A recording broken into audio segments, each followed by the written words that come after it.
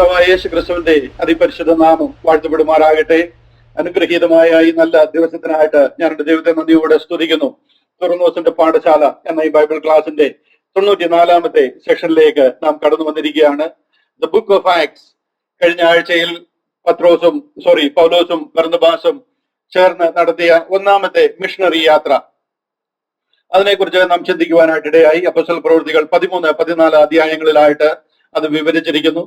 ഏകദേശം 2 വർഷം നീണ്ടുനിന്ന 1200 കിലോമീറ്റർ മൈലുകൾ കരയിലൂടെയും കടലിലൂടെയും യാത്ര ചെയ്ത് അന്ത്യോക്യയിൽ നിന്ന് ആരംഭിച്ച് തിരികെ അന്ത്യോക്യയിൽ എത്തുന്ന ഒരു 2 വർഷം നീണ്ട മിഷണറി യാത്രയെക്കുറിച്ച് 13-14 അധ്യായങ്ങളിൽ നമുക്ക് ചിന്തിക്കുവാനായിട്ട് ഇടയായി. ഇന്ന് അപ്പോസ്തല പ്രവൃത്തികൾ 15-ാം അധ്യായത്തിലേക്ക് നമ്മൾ കടക്കുകയാണ്. ഈ അധ്യായത്തെ കുറിച്ച് പറഞ്ഞു കഴിഞ്ഞാൽ ജെറുസലേം കൗൺസിൽ അഥവാ ഫസ്റ്റ് ക്രിസ്ത്യൻ കൗൺസിൽ എന്നറിയപ്പെടുന്ന ഒരു അധ്യായമാണ് അപ്പോസ്തല പ്രവൃത്തികൾ 15-ാമത്തെ അധ്യായം. അതുകൊണ്ട് തന്നെ ഈ അധ്യായം വളരെ ഇമ്പോർട്ടന്റ് ആയിട്ടും ഒരു കീ ചാപ്റ്റർ എന്ന് വേണമെങ്കിൽ പറയാം. അനേക കൗൺസിൽസ് ക്രിസ്ത്യാനിറ്റി ആരംഭിച്ചപ്പോൾ ഉണ്ടായതായിട്ട് നമുക്ക് അറിയാം, കേട്ടിട്ടുണ്ട്.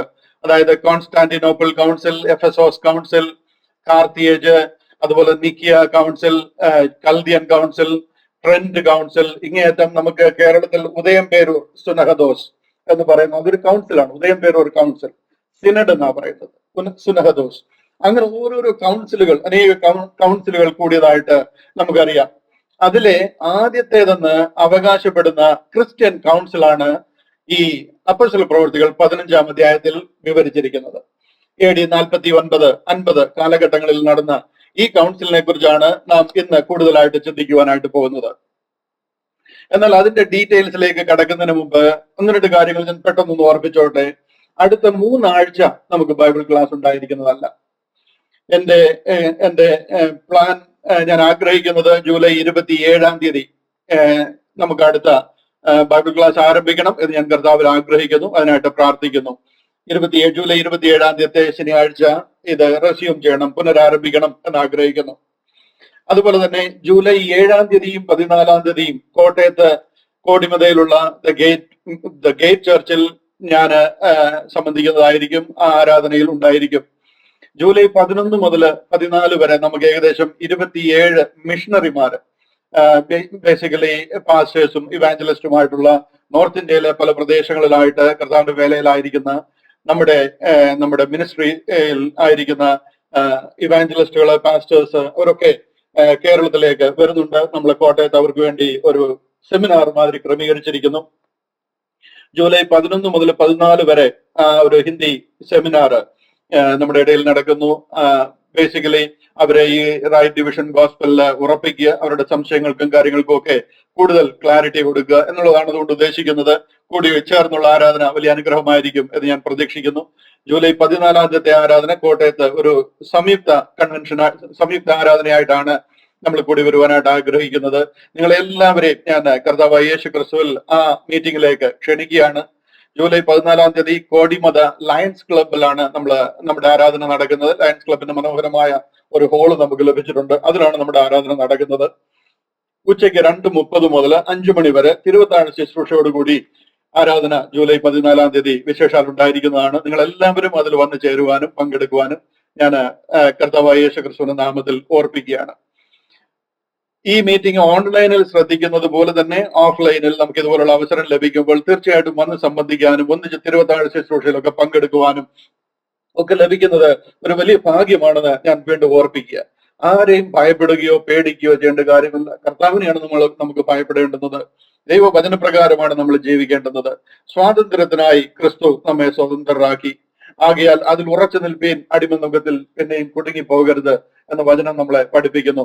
അതുകൊണ്ട് വിശ്വസ്തരായി കർത്താവിന്റെ സേവ ചെയ്യുവാൻ ദൈവം എല്ലാവരെയും സഹായിക്കട്ടെ എന്ന് പ്രാരംഭമായിട്ട് ഞാൻ പ്രാർത്ഥിക്കുന്നു, പ്രബോധിപ്പിക്കുന്നു. അതിനായിട്ട് ദൈവം നിങ്ങളെ സഹായിക്കട്ടെ. Coming to Acts chapter 15. ഇന്ന് അപ്പോസ്തല പ്രവർത്തികൾ 15-ാം അധ്യായത്തിലേക്ക് നമ്മൾ വരികയാണ്. 14-ാമത്തെ അധ്യായത്തിൽ നിന്നാണ് mid acts dispensational grace gospel ആരംഭിക്കുന്നത്. അപ്പോസ്തല പ്രവർത്തികൾക്ക് 28 അധ്യായമാണുള്ളത്. അതിന്റെ നടുവിലത്തെ അധ്യായമാണ് ഈ 14-15 അധ്യായങ്ങൾ എന്ന് പറയുന്നത്. അത് ഇവിടെ നിന്നാണ് ആക്ച്വലി നമ്മൾ പറയുന്ന ക്രിസ്ത്യാനിറ്റി അല്ലെങ്കിൽ ദ ബോഡി ഓഫ് ക്രൈസ്റ്റ് എന്ന് പറയുന്ന ഉപദേശങ്ങൾ ആരംഭിക്കുന്നത്. അതുകൊണ്ടാണ് നാം mid acts dispensational grace gospel എന്ന് പറയുന്നത്. എന്നാൽ അപ്പോസ്തല പ്രവർത്തികൾ 2 ആരംഭിച്ച ക്രിസ്ത്യാനികളുണ്ട്, അതുപോലെ തന്നെ 28 ആരംഭിക്കുന്ന ക്രിസ്ത്യാനികളുമുണ്ട്. ഇവരെയാണ് എന്താ പറയുന്നത്, ഹൈപ്പർ ഡിസ്പെൻസേഷണലിസ്റ്റ് എന്ന് 28 ആരംഭിച്ച ക്രിസ്ത്യാനികളെ പറയും. എന്നാൽ നമ്മളെ കുറിച്ച് പറയുന്നത് മിഡ് ആക്ട്സ്, അതായത് middle of acts of the apostles, ആ ബുക്കിന്റെ മിഡിലിൽ ആരംഭിക്കുന്നുണ്ട്. Mid acts dispensational grace believers എന്നാണ് പറയുന്നത്. അപ്പോസ്തല പ്രവർത്തികൾ 2 ആരംഭിച്ചവരാണ് നമ്മൾ കാണുന്ന, നമ്മുടെ ചുറ്റിലും കാണുന്ന ആത്മീകരെന്ന് അഭിമാനിക്കുന്ന അനേകർ, അതായത് പെന്തക്കോസ്റ്റൽ വിഭാഗം, ബ്രദറുകാര്, church of Christ, Baptist, Anabaptist, Protestant വിഭാഗങ്ങൾ, ഇവരൊക്കെ വിശ്വസിക്കുന്നത് അപ്പോസ്തല പ്രവർത്തികൾ 2 ക്രിസ്ത്യാനിറ്റി ആരംഭിക്കുന്നതെന്നാണ്. എന്നാൽ അതിനുള്ള വ്യത്യാസം എന്താണെന്നും എന്താണ് അവരങ്ങനെ ചിന്തിക്കാൻ കാരണം, അതിലെ എറർ എന്താണ് എന്നെല്ലാം നമ്മൾ ഡീറ്റെയിൽ ആയിട്ട് ചിന്തിക്കുവാനായിട്ട് ഇടയായി. Mid acts dispensational grace gospel കഴിഞ്ഞ അധ്യായത്തിൽ 14-ലും 13-ലും ഒക്കെ നിങ്ങൾക്ക് മനസ്സിലായിട്ടുണ്ട് ആക്ച്വൽ ക്രിസ്ത്യാനിറ്റി എന്താണെന്നുള്ളത്. അവിടെയാണ് ആക്ച്വൽ ക്രിസ്ത്യാനിറ്റി ആരംഭിക്കുന്നത്. ഇവിടെ 15-ാമത്തെ അധ്യായത്തിൽ ഒരു വലിയ ഡിസ്പ്യൂട്ട് ഉണ്ടാകുക. ക്രിസ്ത്യാനിറ്റി ആരംഭിച്ചതുകൊണ്ട് യഹൂദന്മാരുമായിട്ട് പൊരുത്തപ്പെട്ടു പോകാതെ വരുമ്പോൾ അവിടെ ഒരു ഡിസ്പ്യൂട്ട് ആരംഭിക്കുക. ആ ഡിസ്പ്യൂട്ടിന്റെ ക്ലാരിഫിക്കേഷൻ ആണ് ഈ 15-ാമത്തെ അധ്യായത്തിൽ നാം പഠിക്കുവാനായിട്ട് പോകുന്നത്. ആക്ട്സ് 15 ഒരു കീ ചാപ്റ്റർ ആണ്. ജെറുസലേം കൗൺസിൽ അല്ലെന്നുണ്ടെങ്കിൽ എന്താ പറയുന്നത്, അവിടെ ഉണ്ടായിരിക്കുന്ന, അവരുടെ ഇടയിൽ ഉണ്ടായിരിക്കുന്ന ആ ഒരു ഡിസ്പ്യൂട്ട് ക്ലിയർ ചെയ്യുന്ന ഒരു ചാപ്റ്റർ എന്ന് വേണമെങ്കിൽ പറയാം. പൗലോസും പത്രോസ് അപ്പോസ്തലനും സംസാരിച്ചത്, പഠിപ്പിച്ചത് സെപ്പറേറ്റ് ഗോസ്പൽ ആണെന്നുള്ളതിന്റെ ഏറ്റവും പ്രകടമായ ഉദാഹരണമാണ് ചാപ്റ്റർ 15. നിങ്ങൾ എന്റെ കൂടെ ഉണ്ടെന്ന് ഞാൻ വിശ്വസിക്കുന്നത്, ശ്രദ്ധിച്ച് കേൾക്കണം. ഇതൊരു വളരെ ഇമ്പോർട്ടന്റ് ആയിട്ടുള്ള ചാപ്റ്റർ ആണ്. ഇവിടെ ചില കാര്യങ്ങൾ നമുക്ക് ബേസിക്കലി മനസ്സിലായിരിക്കണം, എന്നാലേ നമുക്ക് മുന്നോട്ട് പോകുന്ന കാര്യങ്ങൾ ശരിക്കും ഉറയ്ക്കത്തുള്ളൂ, അല്ലെങ്കിൽ വീണ്ടും സംശയങ്ങൾ കിടക്കും. അതുകൊണ്ട് തന്നെ ശ്രദ്ധിച്ച് ഇരിക്കുവാനായിട്ട് ഞാൻ ഓർപ്പിക്കുകയാണ്. പൗലോസ് അപ്പോസ്തലനും പത്രോസ് അപ്പോസ്തലനും സംസാരിച്ച, പഠിപ്പിച്ച ഉപദേശം, ഗോസ്പൽ, അതിലെ പ്രകടമായ വ്യത്യാസമുണ്ടെന്നുള്ളതിന്റെ ഉദാഹരണമാണ് ചാപ്റ്റർ 15. അതുകൊണ്ടാണ് ഇവിടെ ഇങ്ങനെ ഒരു ഡിസ്പ്യൂട്ട് ഉണ്ടായിരിക്കുന്നത്. അവരുടെ ഉപദേശത്തിൽ വ്യത്യാസം ഉള്ളതുകൊണ്ടാണ് ഇങ്ങനെ കൂടി വരേണ്ടതായിട്ടുള്ള ഒരു ആവശ്യകത ഉണ്ടായിരിക്കുന്നത്. Otherwise why in the world there is a problem. ഇവിടെ ഇങ്ങനെ ഒരു പ്രോബ്ലം വന്നിരിക്കുന്നത് കൊണ്ടാണ് ആ ഒരു അധ്യായത്തിൽ കൂടി ഇതിനൊരു ക്ലാരിറ്റി, അല്ലെന്നുണ്ടെങ്കിൽ ഇതിനൊരു ക്ലിയറൻസ് വരണം എന്ന് അവർ ആഗ്രഹിക്കുവാനും അങ്ങനെ കൂടി വരുവാനുമായിട്ടും കാരണം. It clearly teaches there is a difference between the gospel of circumcision and the gospel of uncircumcision. പരിച്ഛേദനക്കാരുടെയും അഗ്രചർമ്മികളുടെയും സുവിശേഷം എന്ന ആ ഒരു സുവിശേഷത്തിലെ വ്യത്യാസം ഇവിടെ നമുക്ക് മനസ്സിലാക്കുവാനായിട്ട് കഴിയും. കഴിഞ്ഞ കുറെ അധ്യായങ്ങളായിട്ട്, അതായത് ഏകദേശം അപ്പോസ്തല പ്രവൃത്തികൾ 9 മുതൽ നാം കാണുന്നത് ഒരു അൺപ്രസിഡന്റൽ പാറ്റേൺ ഓഫ് ഗ്രേസ് ഗോസ്പൽ ആണ്. ഇതിനു മുമ്പ് ഇങ്ങനെ ഒരു സംഗതി കണ്ടിട്ടില്ല. ഇങ്ങനെ വിശ്വാസത്തിൽ കൂടി പ്രസംഗിച്ച കാര്യങ്ങൾ കേൾക്കുന്നതിലൂടെ, പരിശുദ്ധാത്മാവ് അവരുടെ ഉള്ളിൽ വരുന്നതിലൂടെ ഒക്കെ ആരംഭിക്കുന്ന ഒരു രീതി ഇതിനു മുമ്പ് പഴയ നിയമത്തിൽ എങ്ങും കണ്ടിട്ടില്ല. ഇവര് ഇങ്ങനൊരു കാര്യങ്ങളെ കുറിച്ച് അറിയത്തില്ല. പ്രത്യേകിച്ച് ജാതികൾ രക്ഷിക്കപ്പെടുന്ന ഒരു സുവിശേഷത്തെ കുറിച്ചോ ആ ഒരു രീതിയെ കുറിച്ചോ പഴയ നിയമത്തിൽ എങ്ങും നമുക്ക് കാണത്തില്ല. All we know is Jewish proselytes, അതായത് യഹൂദ മതാനുസാരികൾ എന്ന് പറയുന്ന ഒരു ഗ്രൂപ്പിനെ നമ്മൾ കണ്ടിട്ടുണ്ട്. അത് ഒറ്റയ്ക്കും പെട്ടയ്ക്കും ഒക്കെ ചിലർക്ക് ഈ ഏകസത്യവിശ്വാസത്തിലേക്ക് വരണം, ദൈവത്തെ ആരാധിക്കണം, യഹൂദന്മാരുടെ ദൈവമാണ് സത്യദൈവം എന്നൊക്കെ അവർക്ക് അറിയാവുമ്പോൾ അവര് ആ കൽപ്പനകളും പ്രമാണങ്ങളും ഒക്കെ അനുസരിച്ച് യഹൂദ മതാനുസാരികളായി മാറും. അതിനെയാണ് ജൂവിഷ് പ്രോസലൈസേഷനിലൂടെ യഹൂദനായി മാറുന്ന ഒരു മാർഗം. അത് ഒറ്റയ്ക്കും ഓരോരുത്തരും 2 പേരും ഒക്കെ ആയിട്ട് അവിടെ ഇവിടെ ഒക്കെ ആയിട്ട് വരും. അതിനെയാണ് ജൂവിഷ് പ്രോസലൈറ്റ് എന്ന് പറയുന്നത്. ഇതല്ലാതെ ഒരു മാസീവ് കൺവേർഷൻ ഉണ്ടാകുക, അതിനെക്കുറിച്ച് അവർ കേട്ടിട്ടുമില്ല. ഇങ്ങനെ ഒരു പരിശുദ്ധാത്മാവിന്റെ അഭിഷേകം ഉണ്ടാകുക, വിശ്വാസത്തിൽ രക്ഷ പ്രാപിക്കുക, ജാതികൾ രക്ഷ പ്രാപിക്കുക, ഇതിനെക്കുറിച്ച് അതിനു മുമ്പ് ഒരു കേട്ടുകേൾവി പോലുമില്ല. ഒരു അൺപ്രസിഡന്റൽ രീതിയാണ് കഴിഞ്ഞ ചില അധ്യായങ്ങളായിട്ട് നമ്മൾ പഠിച്ചുകൊണ്ടിരിക്കുന്നത്. ഇവിടെ അപ്പോസ്തല പ്രവർത്തികൾ 10 നമ്മൾ കാണുന്നുണ്ട്. പത്രോസ് അപ്പോസ്തലൻ കൊർന്നലിയോസിന്റെ വീട്ടിൽ പോയത്. അവിടെ ആ 10-ാമത്തെ അധ്യായത്തിൽ എന്ത് നടന്നു, കൊർന്നലിയോസിന്റെ ഭവനത്തിൽ എന്ത് നടന്നു, അപ്പോസ്തലനായ പത്രോസ് അവിടെ എന്തിനു പോയോ, അതിന്റെ ഒക്കെ ആൻസർ ആണ് ഈ അപ്പോസ്തല പ്രവർത്തികൾ 15-ാമത്തെ അധ്യായം. ഇവിടെ രക്ഷ യഹൂദനിൽ നിന്നും ജാതികളിലേക്ക് മാറുകയാണ്. അത് യഹൂദൻ ഉൾക്കൊള്ളണം. അപ്പോസ്തല പ്രവർത്തികളുടെ പുസ്തകത്തിന്റെ പ്രധാന പർപ്പസ് തന്നെ ഇതാണ്. നാം വിചാരിക്കുന്നത് മാതിരി സഭ ആരംഭിച്ചു, അനുഗ്രഹം അടിക്കടി വെച്ചടി വെച്ചടി അനുഗ്രഹം, അങ്ങനെ സഭ അനുദിനം അഭിവൃദ്ധി പ്രാപിച്ചു വന്നു. അതല്ല അപ്പോസ്തല പ്രവൃത്തികൾ നടക്കുന്നത്. വളരെ ആഗ്രഹത്തോടും വളരെ പ്രിപ്പറേഷനോടും കൂടി ആരംഭിക്കുന്ന 1-ാം ചാപ്റ്റർ നമുക്ക് കാണാം. വാഗ്ദത്ത പ്രകാരം 2-ാം ചാപ്റ്ററിൽ പരിശുദ്ധാത്മാവാൻ ദൈവം സകലരുടെ മേലും വരികയാണ്. ഭയങ്കര അനുഗ്രഹത്തോടും ഭയങ്കര എന്താ പറയുന്നത് തീക്ഷ്ണതയോടും കൂടി ആരംഭിക്കുന്ന ഒരു അധ്യായം അവസാനിക്കുന്നത് 28ന്റെ അവസാന വാക്കുകളിലൊക്കെ നമ്മൾ കാണുന്നത് രക്ഷ അവരിൽ നിന്ന് ജാതികളിലേക്ക് പോകുന്നു എന്ന് പറഞ്ഞുകൊണ്ട്. ഇവിടെ അടിക്കടി ആ ഒരു പ്രോഗ്രസീവ് ഒരു ഉയർച്ച ആയിരുന്നില്ല അവിടെ ഉണ്ടായിരുന്നത്. ആയിരുന്നുവെങ്കിലും യഹൂദനിൽ നിന്നും ജാതികളിലേക്ക് കാര്യങ്ങൾ മാറുന്നതായിട്ട് നമുക്ക് കാണുവാനായിട്ട് കഴിയും. അതായത് ന്യായ പ്രമാണത്തിൽ നിന്നും കൃപയിലൂടെയുള്ള രക്ഷയിലേക്ക് കാര്യങ്ങൾ മാറുന്നതായിട്ട് നമുക്ക് കാണുവാനായിട്ട് കഴിയും. അർത്ഥാൽ ഇസ്രായേലിൽ നിന്നും ജാതികളിലേക്ക് ഈ രക്ഷ പോകുന്നതായിട്ട് നമ്മൾ കാണുകയാണ്. Kingdom gospel to grace gospel. ഇവിടെ ഒരു ഭയങ്കര മാറ്റം സംഭവിക്കുക. ഇതാണ് അപ്പോസ്തല പ്രവൃത്തികളുടെ മുഴുവൻ പഠിച്ചു കഴിഞ്ഞാൽ അതിന്റെ ഒരു ആകെ തുക എന്ന് പറയുന്നത്. ഞാനത് ആദ്യത്തെ ചാപ്റ്റർ നമ്മൾ പഠിച്ചു തുടങ്ങിയപ്പോഴേ ഇൻട്രോ പറഞ്ഞപ്പോഴേ ഞാൻ പറഞ്ഞതാണ് എന്താണ് ആക്സ് അപ്പോസ്തല പ്രവൃത്തികൾ കൂടെ ദൈവം നമ്മളെ അറിയിക്കുവാനായിട്ട് ആഗ്രഹിക്കുന്നത്. കിങ്ഡം ഗോസ്പലിൽ നിന്ന്, യഹൂദനിൽ നിന്ന്, ഇസ്രായേലിൽ നിന്ന് കാര്യങ്ങൾ ജാതികളിലേക്ക്, ഗ്രേസിലേക്ക് മാറുകയാണ് എന്നുള്ളതാണ് നാം ഇതിൽ നിന്ന് മനസ്സിലാക്കേണ്ടത്. ഇവിടെ അതിന്റെ കാര്യങ്ങൾ നടക്കുകയാണ്. 13-14 അധ്യായങ്ങളിൽ തകർത്തു വെച്ച് പൗലോസ് അപ്പോസ്തലനോട് ശുശ്രൂഷകൾ ആരംഭിക്കുകയും 15-ൽ ഉണ്ടായിരിക്കുന്ന ആ ഡിസ്പ്യൂട്ട് ക്ലാരിഫൈ ചെയ്യുകയും ക്ലിയർ ചെയ്യുകയുമാണ്. അവർ പ്രസംഗിക്കുന്ന ഗോസ്പൽ ദൈവം കൊടുത്ത ഗോസ്പലാണ്. 12 അപ്പോസ്തലന്മാർ പ്രസംഗിക്കുന്നത്, യഹൂദന്മാർ പ്രസംഗിക്കുന്നത്, ലിറ്റിൽ ഫ്ലോക്സ് പ്രസംഗിക്കുന്നത് ദൈവം കൊടുത്ത ഗോസ്പൽ തന്നെയാണ്. പക്ഷെങ്കിൽ യഹൂദന്റെ വീഴ്ച നിമിത്തം, because of the fall of Israel, salvation went to Gentiles. മനസ്സിലായോ? യഹൂദനിൽ കൂടി ആ രക്ഷ ജാതികളിലേക്ക് പോകണം എന്നുള്ളതായിരുന്നു ദൈവിക നിശ്ചയം. അതിനുള്ള ദൈവിക അരുളപ്പാടുകളും സുവിശേഷവുമായിരുന്നു അവരെ അറിയിച്ചിരുന്നത്. എന്നാൽ ഇത് അവർക്ക് മനസ്സിലായില്ല. യഹൂദനിൽ നിന്നും രക്ഷ ജാതിയിലേക്ക് പോവുകയാണ്. കാരണം അവർ പിതാവിനെയും പുത്രനെയും പരിശുദ്ധാത്മാവിനെയും എതിരായിട്ട് ദൂഷണം പറയുകയും പിതാപുത്ര പരിശുദ്ധാത്മാവിനെ റിജക്ട് ചെയ്യുകയും ചെയ്തു കഴിഞ്ഞപ്പോൾ അവർക്ക് ഒരുക്കിയിരുന്ന രക്ഷ, അവരിലൂടെ ജാതികളിലേക്ക് പോകേണ്ടിരുന്ന രക്ഷ അവരെ വിട്ട് ജാതികളിലേക്ക് പോവുകയാണ്. ഈ സത്യം അവർ ഉൾക്കൊള്ളണം. അതാണ് ഈ അപ്പോസ്തല പ്രവൃത്തികൾ കൂടെ നമുക്ക് മനസ്സിലാക്കി തരുന്നത്. എന്നാൽ നമ്മളത് കാര്യമായിട്ട് മനസ്സിലാകാതെ അതിന്റെ ചുവട് പിടിച്ച് നമ്മളും അതേ സുവിശേഷം തന്നെയാണ് പ്രസംഗിക്കുന്നത്. ഇത് നമ്മുടെ സുവിശേഷം എന്താണെന്ന് ചോദിച്ചു കഴിഞ്ഞാൽ നമ്മളും പ്രസംഗിക്കുന്നത് സ്വർഗരാജ്യം സമീപിച്ചിരിക്കാൻ മാനസാന്തരപ്പെട്ട് സുവിശേഷത്തിൽ വിശ്വസിപ്പീൻ. ഇതാണ് ഇന്ന് ഒട്ടുമുക്കാലും ക്രിസ്തീയ സഭകളും നമ്മളും ഈ വിഷയത്തിൽ പഠിപ്പിക്കുന്നത്. എന്നാൽ ഞാൻ വളരെ സ്നേഹമായിട്ട് നിങ്ങളോട് ചോദിക്കുക, നിങ്ങളോട് തന്നെ നിങ്ങൾ ചോദിക്കണം, സ്വർഗരാജ്യം സമീപിച്ചിരിക്കാൻ മാനസാന്തരപ്പെട്ട് സുവിശേഷത്തിൽ വിശ്വസിപ്പീനെന്ന് യോഹന്നാൻ സ്നാപകൻ വന്ന് പ്രസംഗിച്ച കർത്താവായ യേശു ക്രിസ്തു അതിനെ റീഇറ്ററേറ്റ് ചെയ്ത 12 അപ്പോസ്തലന്മാർ പഠിപ്പിച്ച ആ ഒരു ഉപദേശമാണോ നാം ഇന്ന് പ്രസംഗിക്കേണ്ടുന്നത്? അത് കൈക്കലായിരിക്കുന്നു. നിങ്ങളുടെ തലമുറയിൽ തന്നെ നിങ്ങൾ അതിലേക്ക് കടക്കാൻ പോകുന്നു. സ്വർഗരാജ്യം നമ്മുടെ കയ്യെത്തും ദൂരത്തായിരിക്കുന്നു എന്ന് പറഞ്ഞ ആ ഒരു സുവിശേഷം, അത് യഹൂദന്മാരോട് പറഞ്ഞ സുവിശേഷമാണ്. അത് കയ്യെത്തും ദൂരത്തായിട്ട് ഇന്ന് വരെ വന്നിട്ടില്ല. ഇന്ന് വർഷം 2000 കഴിഞ്ഞു.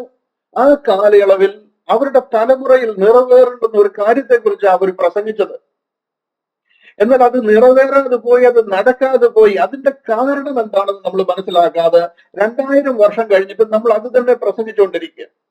നമ്മൾ പഠിപ്പിക്കേണ്ടുന്നത് സ്വർഗരാജ്യം സമീപിച്ചിരിക്കുന്നു എന്നുള്ളൊരു സുവിശേഷമല്ല.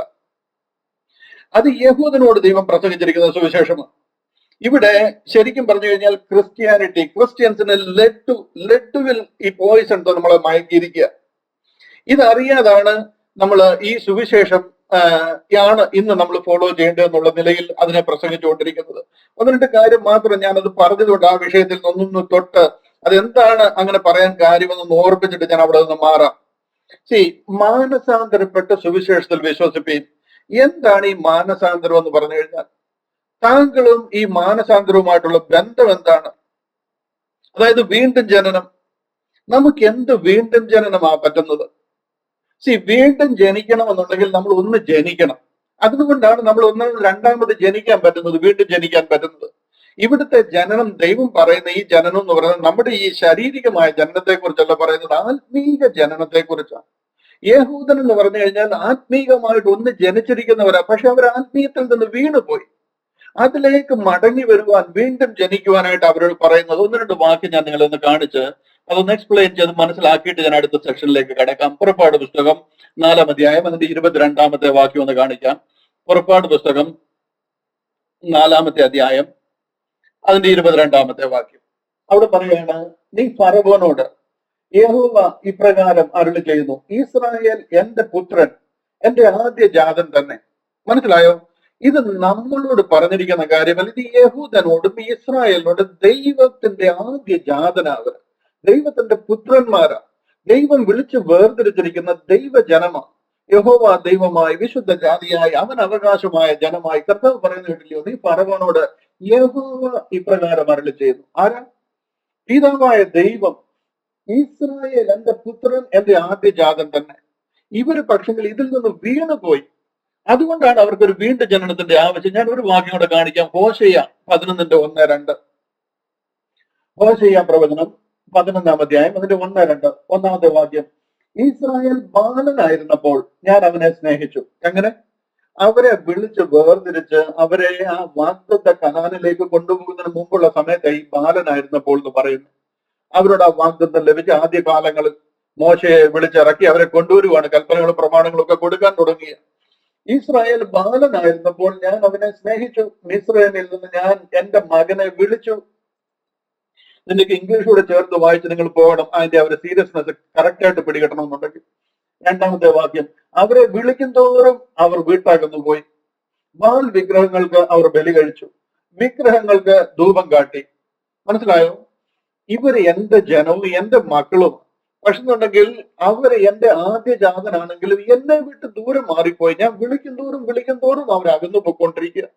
എന്റെ അടുത്തേക്ക് ഞാൻ അടുക്കാൻ ശ്രമിക്കും തോറും അവർ ബാൽ വിഗ്രഹങ്ങൾക്കും അന്യ അശേര പ്രതിഷ്ഠകൾക്കും ഒക്കെ ധൂപം കാട്ടി, വിഗ്രഹങ്ങൾക്ക് ധൂപം കാട്ടി ആരാധന കഴിച്ച് അവര് എന്നിൽ നിന്ന് അകന്നു പോയിക്കൊണ്ടേയിരിക്കുക. അവരെന്റെ ജനമാണ്. അതുകൊണ്ട് അവരോട് പറയുന്നത് മടങ്ങി വരാൻ, കം ബാക്ക്, റീസ്റ്റോർ യുവർസെൽഫ്. നിങ്ങള് ഒരു സാധാരണ ജനമല്ല. നിങ്ങള് എന്റെ ആദ്യജാതൻ എന്ന് പറയുന്ന പദവി, ആദ്യജാതന്റെ പദവിയൊക്കെ പറഞ്ഞിട്ട് എക്സ്പ്ലെയിൻ ചെയ്യേണ്ടി അത്രയും സമയമില്ലാത്തതുകൊണ്ട് ഞാൻ അതിലേക്ക് കടക്കുന്നില്ല. നിങ്ങൾ എന്റെ മക്കളാണ്. അതുകൊണ്ടാണ് ഇവരോട് പറയുന്നത് വീണ്ടും ജനിക്കാൻ പറയുന്നത്. യെശയ്യാ പ്രവചനം 1-ാം അധ്യായം മുതൽ എല്ലാ പ്രവാചകന്മാരെയും അയച്ചതിന്റെ പർപ്പസ് ഇതാ, ഇവരെ ഒന്ന് ബോധവൽക്കരിക്കുക. ഇവരാരാണ്? ഇവരെ എവിടെ നിന്ന് എവിടെ പോയിരിക്കുന്നു? ഇവരെ എന്നിട്ടും ദൈവം സ്നേഹിക്കുന്നു. മടങ്ങി വരിക, നിങ്ങൾക്ക് വേണ്ടി ഒരുക്കിയിരിക്കുന്ന വാഗ്ദത്തം തരാൻ ഞാൻ വിശ്വസ്തനാണെന്നാണ് ഈ 17 പ്രവാചകന്മാരും വന്ന് പറയുന്നത്. ഇവിടെ യെശയ്യാ പ്രവാചകന്റെ പുസ്തകത്തിൽ 1-ാം അധ്യായത്തിന്റെ ചില ഭാഗങ്ങൾ മാത്രം ഞാൻ പെട്ടെന്നൊന്ന് വായിച്ച് കേൾപ്പിക്കാം. ആകാശമേ കേൾക്ക, ഭൂമിയെ ചെവി തരിക. ഇത് ആകാശത്തിനെ ഭൂമിയെ സാക്ഷിക്ക് വേണ്ടിയിട്ട് കർത്താവ് വിളിക്കുക. ഞാൻ എന്തിനു വേണ്ടിയിട്ടാണ് ഇവരെ സൃഷ്ടിച്ചതെന്ന് കാണിക്കാൻ. യഹോവ അരുളി ചെയ്യുന്നു, ഞാൻ മക്കളെ പോറ്റി വളർത്തി, അവര് എന്നോട് മത്സരിച്ചിരിക്കുന്നു. ആരുടെ കാര്യമായി പറയുന്നത്? യെശയ്യാ ആർക്കായി എഴുതിയേക്കുന്നത്? ഇസ്രായേൽ മക്കളോട് പറയുക, അവരോട് പറയുക. 3, കാള തന്റെ ഉടയവനെയും കഴുത തന്റെ യജമാനന്റെ പുൽത്തൊട്ടിയെയും അറിയുന്നു, ഇസ്രായേലോ അറിയുന്നില്ല, എന്റെ ജനം ഗ്രഹിക്കുന്നതുമില്ല. കാളയ്ക്ക്, വകതരമില്ലാത്ത കാളയ്ക്ക് തന്റെ ഉടയവനെ അറിയാം, കഴുതയ്ക്ക് തന്റെ പുൽത്തൊട്ടി അറിയാം, യജമാനനെ അറിയാം. എന്റെ ജനം, എന്റെ മക്കൾ എന്നെ അറിയുന്നില്ല. അടുത്ത വാക്യം, അയ്യോ പാപമുള്ള ജാതി, അകൃത്യ ഭാരം ചുമക്കുന്ന ജനം, ദുഷ്പ്രവർത്തിക്കാരുടെ സന്തതി, വഷളായി നടക്കുന്ന മക്കൾ. അവർ യഹോവയെ ഉപേക്ഷിച്ചു, ഇസ്രായേലിന്റെ പരിശുദ്ധനെ നിരസിച്ച് പുറകോട്ട് മാറിക്കളഞ്ഞിരിക്കുന്നു. ഇതാ അവരുടെ പ്രോബ്ലം.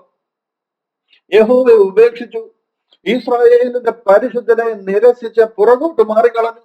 ചടങ്ങുകളൊക്കെ ഉണ്ട്, പള്ളിയുണ്ട്, പട്ടക്കാരനുണ്ട്, അവിടെ സംഗതികളൊക്കെ നടക്കുന്നുണ്ട്. പക്ഷെ ഇസ്രായേലിന്റെ പരിശുദ്ധനെ വിട്ട് പുറകോട്ട് മാറിക്കളഞ്ഞു.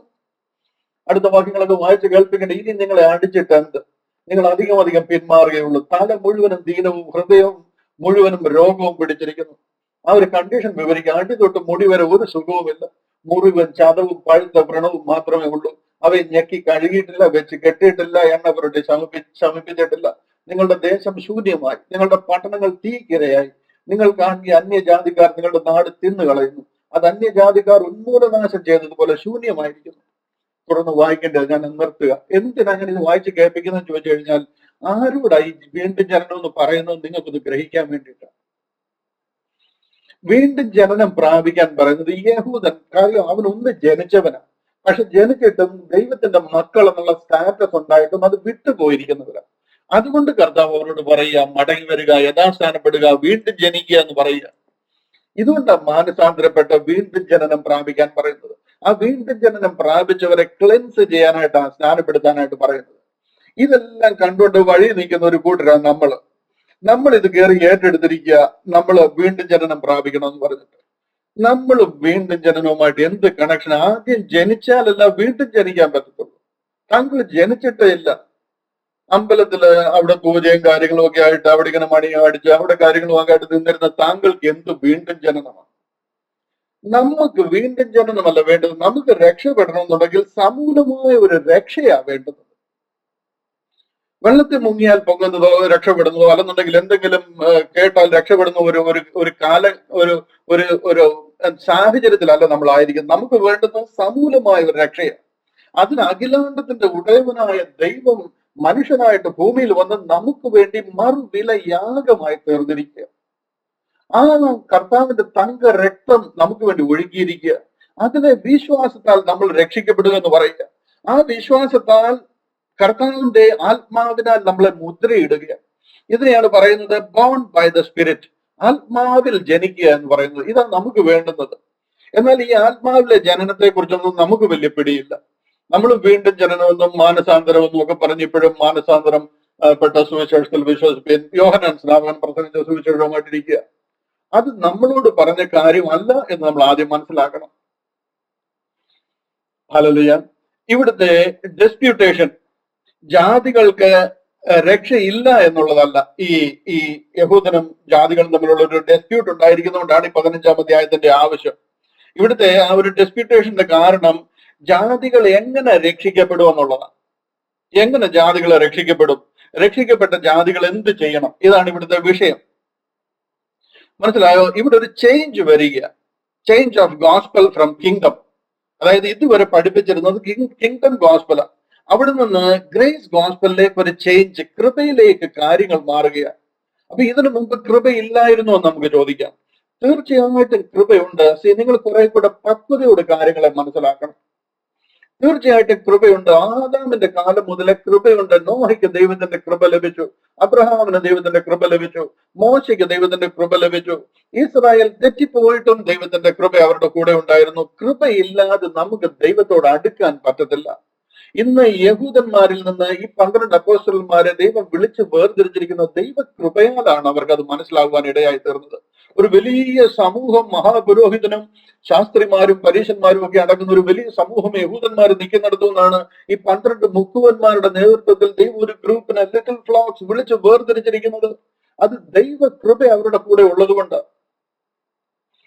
ഈ ദൈവകൃപ അവരോട് കൂടെ ഉള്ളപ്പോൾ തന്നെ കൃപയാൽ അല്ല രക്ഷ ലഭിച്ചുകൊണ്ടിരുന്നത്. അന്നും അവർ യാഗം കഴിക്കണം, അന്നും അവർ മോശയുടെ പ്രമാണങ്ങൾ മുഴുവൻ അനുസരിക്കണം, അന്നും അവരോട് കൊടുത്തിരിക്കുന്ന കൽപ്പനകളും നിയമങ്ങളും മുഴുവനും പാലിക്കണം.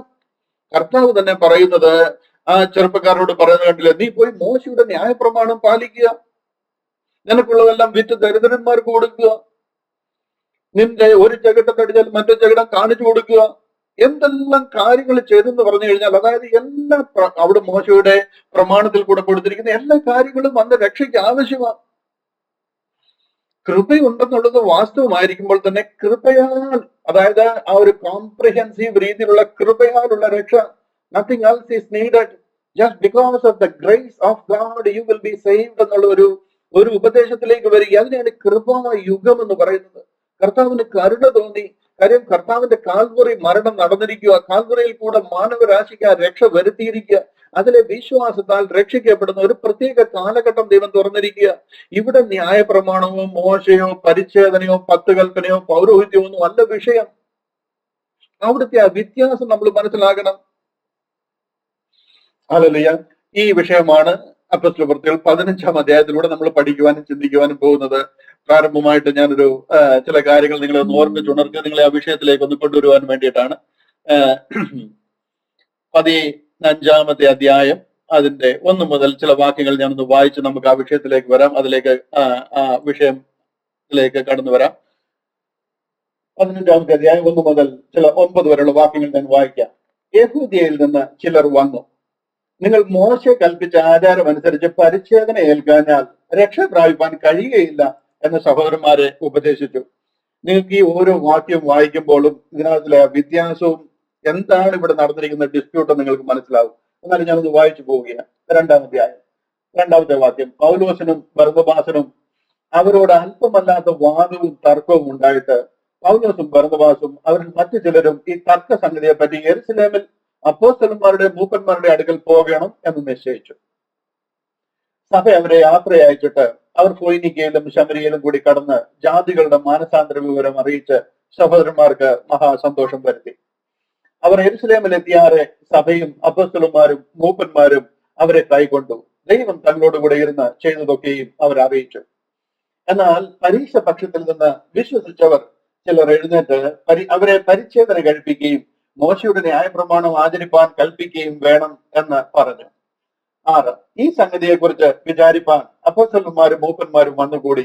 വളരെ തർക്കമുണ്ടായ ശേഷം പത്രോസ് എഴുന്നേറ്റ് അവരോട് പറഞ്ഞത്, സഹോദരന്മാരെ, കുറെ നാൾ മുമ്പേ ദൈവം നിങ്ങളിൽ വെച്ച് ഞാൻ മുഖാന്തരം ജാതികൾ സുവിശേഷ വചനം കേട്ട് വിശ്വസിക്കണമെന്ന് നിശ്ചയിച്ചത് നിങ്ങൾ അറിയുന്നുവല്ലോ. ഹൃദയങ്ങളെ അറിയുന്ന ദൈവം നമുക്ക് തന്നതുപോലെ അവർക്കും പരിശുദ്ധാത്മാവിനെ കൊടുത്തുകൊണ്ട് സാക്ഷി നിന്ന് വിശ്വാസത്താൽ അവരുടെ ഹൃദയങ്ങളെ ശുദ്ധീകരിച്ചതിനാൽ നമുക്കും അവർക്കും തമ്മിലൊരു വ്യത്യാസവും വെച്ചിട്ടില്ല. വളരെ ഇൻട്രസ്റ്റിംഗ് ആയിട്ടുള്ള ഒരു ചാപ്റ്ററാണ്. ഓരോ വാക്യം പ്രതിവാക്യമായിട്ട് നമ്മളതിനെ ചിന്തിച്ച് മുന്നോട്ട് പോകുവാനായിട്ട് ഞാൻ ആഗ്രഹിക്കുക. 1-ാം വാക്യത്തിൽ ഇവിടെ പറയുന്നത്, യഹൂദയിൽ നിന്ന് ചിലർ വന്നു, നിങ്ങൾ മോശെ കൽപ്പിച്ച ആചാരം അനുസരിച്ച് പരിച്ഛേദന ഏൽക്കാഞ്ഞാൽ രക്ഷ പ്രാപിപ്പാൻ കഴിയുകയില്ല എന്ന് സഹോദരന്മാരെ ഉപദേശിച്ചു. 1-ാം വാക്യം നമ്മൾ വായിച്ചു കേട്ടത് പോളിന്റെ 1-ാമത്തെ മിഷണറി യാത്ര കഴിഞ്ഞ് അവര് മടങ്ങി അന്ത്യോക്യയിൽ എത്തിയിരിക്കുക. ആ അന്ത്യോക്യയിൽ എത്തിയതിനു ശേഷം യഹൂദയിൽ നിന്നും ചിലർ വരിക. അന്ത്യോക്യയിലും അവിടെ നിന്നും അവര് പഠിപ്പിച്ച യഹൂദിയിൽ നിന്ന് വന്ന ആൾക്കാർ ഇവിടെ പരത്തുവാനായിട്ടും പഠിപ്പിക്കുവാനും ശ്രമിച്ച ഉപദേശം അന്ത്യോക്യയിലും അവിടെ നിന്ന് പിന്നീട് ഗലാത്യ സഭകളിലും എത്തുവാനായിട്ടിടയായി. ഇവിടെ നമ്മൾ അറിയേണ്ടത് ആരാണ് വന്നത്. യെരുശലേമിൽ നിന്ന് ചിലർ വന്നു, യഹൂദിയിൽ നിന്ന് ചിലർ വന്നു. ആരായി വന്നത്? ഇവിടെ വന്നത് ആരാണെന്ന് ചോദിച്ചു കഴിഞ്ഞാൽ ലിറ്റിൽ ഫ്ലോക്സിന്റെ ഭാഗമായിട്ട്, അതായത് യെരുശലേമിലെ 12 അപ്പോസ്തലന്മാരുടെ ശുശ്രൂഷയിൽ അവിടുത്തെ സഭയിൽ നിന്നുള്ളവരാണ് ഈ വന്നിരിക്കുന്നത്. അവരെന്താണ് പറയുന്നത്? അവർ പറയുന്നത്, നിങ്ങൾ മോശെ കൽപ്പിച്ച ആചാരങ്ങളും ന്യായപ്രമാണവും പാലിക്കണം, അതുപോലെ തന്നെ പരിച്ഛേദന മസ്റ്റായിട്ട് ഏറ്റേ പറ്റത്തുള്ളൂ. മോശയുടെ ന്യായപ്രമാണം പാലിക്കണം, പരിച്ഛേദന ഏൽക്കണം. അപ്പൊ നമുക്ക് ചോദിക്കാം, അത് തെറ്റാണോ? ഇവരെന്താണ്, പോൾ എന്തിനാ അതിന് ടെൻഷൻ അടിക്കുന്നത്? ഇത് തന്നെയല്ലേ ഇതുവരെ പ്രസംഗിച്ചിരുന്നത്? പോളും അത് തന്നെയല്ലേ ഇവിടെ ഇതിനു മുമ്പ് പഠിച്ചിട്ടുള്ളതും? ന്യായപ്രമാണം ഗമാലിയലിന്റെ പാദപീഠത്തെങ്കിലും എടുത്ത് പഠിച്ചിട്ടുള്ള കാര്യം ഇതല്ലേ? എന്തിനാണ് ഇവിടെ ഡിസ്പ്യൂട്ടിന്റെ വിഷയം? അതാണ് നമ്മൾ മനസ്സിലാക്കേണ്ടത്. അതാണ് ഇന്ന് ക്രിസ്ത്യാനിക്ക് മനസ്സിലാകാതിരിക്കുന്നത്. ഇവിടെ ന്യായപ്രമാണവും ഇവിടെ ചെയ്തത് മോശയുടെ കൽപ്പന അനുസരിക്കണം, അതുപോലെ തന്നെ പരിച്ഛേദന ഏൽക്കണം, ഇല്ലെന്നുണ്ടെങ്കിൽ രക്ഷ പ്രാപിക്കാൻ കഴിയുകയില്ല എന്ന് പറയുകയാണ്. ഇത് വളരെ ബേസിക് ആയിട്ടുള്ള കാര്യമല്ല. അതിന് രക്ഷ പ്രാപിക്കാൻ കഴിയത്തില്ലെങ്കിൽ അത് ചെയ്താൽ പോരെ. പ്രോബ്ലം എന്താണെന്നുള്ളതാണ് നമ്മൾ മനസ്സിലാക്കേണ്ടത്. ഇവര് മോശയുടെ ന്യായപ്രമാണവും അനുസരിച്ച് പരിച്ഛേദനയും ഒക്കെ ഏറ്റ് രക്ഷ പ്രാപിക്കാനാണെന്നുണ്ടെങ്കിൽ ഇതിനുശേഷം അടുത്ത വാക്യങ്ങൾ വായിക്കുമ്പോൾ നമുക്കത് മനസ്സിലാകും. ആണെന്നുണ്ടെങ്കിൽ കർത്താവായ യേശു ക്രിസ്തു ലോകത്തിൽ വന്നതിൽ നിന്നോ കർത്താവ് കാൽവരിയിൽ നിവർത്തിച്ച രക്ഷണ്യ പ്രവൃത്തിയിലോ കർത്താവിന്റെ ആ പരമയാഗത്തിനോ ഒരു വിലയുമില്ലാതെ അത് വ്യർത്ഥമായി പോവുകയാണ്. ഈ കാലഘട്ടത്തിലെ സുവിശേഷം, ഈ വായിക്കുന്ന സുവിശേഷവും വാസ്തവമാണ്, ദൈവം മോശയിൽ കൂടെ കൊടുത്ത കൽപ്പനകൾ തന്നെയാണ്. ബട്ട് ഈ ഒരു കാലഘട്ടം കഴിഞ്ഞു പുതിയൊരു കാലഘട്ടത്തിലേക്ക് കാര്യങ്ങൾ കടന്നിരിക്കുക. ഇവിടെ കർത്താവ് കാൽവറിയിൽ യാഗമായിരിക്കുകയും അതിലെ വിശ്വാസത്താൽ രക്ഷ എന്ന് പറയുകയും ചെയ്തിരിക്കുന്ന ഒരു പ്രത്യേക കൃപായുഗം ആരംഭിച്ചിരിക്കുക. ഇവിടെ പഴയ നിയമത്തിലെ ആരാധനയോ യാഗമോ തിരുനാളോ അല്ലെന്നുണ്ടെങ്കിൽ ഇവിടുത്തെ ന്യായപ്രമാണത്തിന് ഉപദേശങ്ങളോ ചെയ്തിരുന്നു കഴിഞ്ഞാൽ കർത്താവിന്റെ കാൽവറി യാഗം വ്യർത്ഥമായി പോകും, അതിനൊരു അർത്ഥമില്ലാതെ പോകും. അടുത്ത വാക്യങ്ങൾ വായിച്ചിട്ട് ഞാൻ ഇതിലേക്ക് വരാം. രണ്ടാമത്തെ വാക്യത്തിൽ പറയുകയാണ്, പൗലോസിനും ബർന്നബാസിനും അവരുടെ അല്പമല്ലാത്ത വാദവും തർക്കവും ഉണ്ടായിട്ട് പൗലോസും ബർന്നബാസും അവരിൽ മറ്റു ചിലരും ഈ തർക്ക സംഗതിയെ പറ്റി യെരുശലേമിൽ അപ്പോസ്തലന്മാരുടെയും മൂപ്പന്മാരുടെയും അടുക്കൽ പോകണം എന്ന് നിശ്ചയിച്ചു. ഇവിടെ കണ്ടില്ലേ, അല്പമല്ലാത്ത വാദം. ഒരു ഭയങ്കര പോൾ പഠിപ്പിക്കുന്നതിനും പോൾ പ്രസംഗിക്കുന്നതിനും ഗലാത്തിയില് നമ്മൾ കണ്ടതാണ്, അവിടുത്തെ അന്ത്യോക്യയിലും ലൂസ്ത്രയിലും ഇക്കോനിയയിലും ദർബയിലും ഒക്കെ പോൾ പ്രസംഗിച്ചതും അതിനുവേണ്ടി താൻ സഹിച്ച കഷ്ടപ്പാടുകളും ഒക്കെ നമ്മൾ കണ്ടതാണ്. ലൂസ്ത്രയിൽ വെച്ച് തന്നെ എറിഞ്ഞു കൊന്നതാണ്. പല ഭയങ്കര പീഡകൾ സഹിച്ച് 2 വർഷം അവിടെ നിന്ന് അവർ കർത്താവായ യേശു ക്രിസ്തുവിലെ വിശ്വാസത്താൽ സകല മനുഷ്യർക്കും രക്ഷ ലഭിക്കുന്ന അനേക ജാതികൾ ആ വിശ്വാസത്തിലേക്ക് വരുന്ന ആ ഒരു കാര്യം പഠിപ്പിച്ചുകൊണ്ട് വരിക. അവിടെയാണ് വന്ന് പറയുന്നത്, നിങ്ങൾക്ക് രക്ഷിക്കപ്പെടണമെന്നുണ്ടെങ്കിൽ മോശയുടെ ന്യായപ്രമാണം അനുസരിക്കണം, പരിച്ഛേദന ഏൽക്കണം എന്നുള്ളത്. ഇവിടെ ബർന്നബാസിനും പൗലോസിനും അവരോട് അല്പമല്ലാത്ത വലിയ വാദവും തർക്കവും ഉണ്ടായതിനു ശേഷം ഇവരോട് തർക്കിച്ചിട്ട് കാര്യമില്ല. കാര്യം ഇവര് പോയി കഴിയുമ്പോഴത്തേന് അടുത്ത ഒരു ഗ്രൂപ്പ് വരും, അല്ലെങ്കിൽ ഇവർ പോകുന്ന മറ്റു സ്ഥലങ്ങളിലൊക്കെ ഇവർ പോയി ഇത് പ്രസംഗിക്കും. അതുകൊണ്ട് ഈ ഒരു പ്രോബ്ലം പെർമനന്റ് ആയിട്ട് ഫിക്സ് ചെയ്യണമെന്നുണ്ടെങ്കിൽ ഇതിന്റെ റൂട്ട് കോസ് ഫിക്സ് ചെയ്യണം. അതിനുവേണ്ടി പോൾ പറയുകയാണ്, ഞങ്ങൾ യെരുശലേമിലേക്ക് തർക്ക സംഗതിയെ പറ്റി യെരുശലേമിൽ അപ്പോസ്തലന്മാരുടെയും മൂപ്പന്മാരുടെയും അടുക്കൽ പോകണം എന്ന് നിശ്ചയിച്ചു. എന്തുകൊണ്ട് അവരുടെ അടുക്കൽ പോകുന്നത്? കാരണം എന്താ ചോദിച്ചാൽ, അവരുടെ അടുക്കൽ നിന്നുള്ള ആൾക്കാരാണ് ഇവിടെ വന്നിരിക്കുന്നത്. ഈ പോകുന്നത് മഹാപുരോഹിതനെ കാണാനോ അല്ലെങ്കിൽ ഗമാലിയേലിനെയോ നിക്കോദിമോസിനെയോ ശാസ്ത്രിമാരെ ആരെയും കാണാൻ പോവുകയല്ല. അവിടുന്നുള്ള യഹൂദന്മാരല്ല ഈ വന്നിരിക്കുന്നത്. അവരങ്ങനെ വന്ന് ഇവിടെ വന്ന് പ്രസംഗിക്കത്തുമില്ല.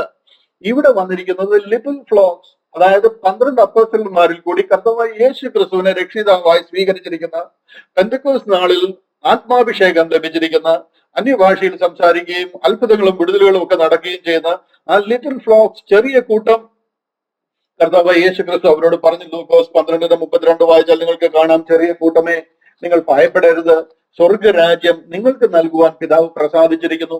ആ ഒരു ചെറിയ ഗ്രൂപ്പ്, അവരുടെ അടുക്കൽ അവരുടെ നേതാക്കന്മാരാണ് ഈ 12 അപ്പോസ്തലന്മാർ. അതുകൊണ്ട് പോൾ പറയുകയാണ്, അവർ യെരുശലേമിൽ അപ്പോസ്തലന്മാരുടെയും മൂപ്പന്മാരുടെയും അടുക്കൽ പോകണം എന്ന് നിശ്ചയിച്ചു. 3-ാമത്തെ വാക്യം, സഭ അവരെ യാത്ര അയച്ചിട്ട് അവർ ഫൊയ്നിക്കയിലും ശമരിയയിലും കൂടി കടന്ന് ജാതികളുടെ മാനസാന്തര വിവരം അറിയിച്ച് സഹോദരന്മാർക്ക് മഹാസന്തോഷമുണ്ടായി.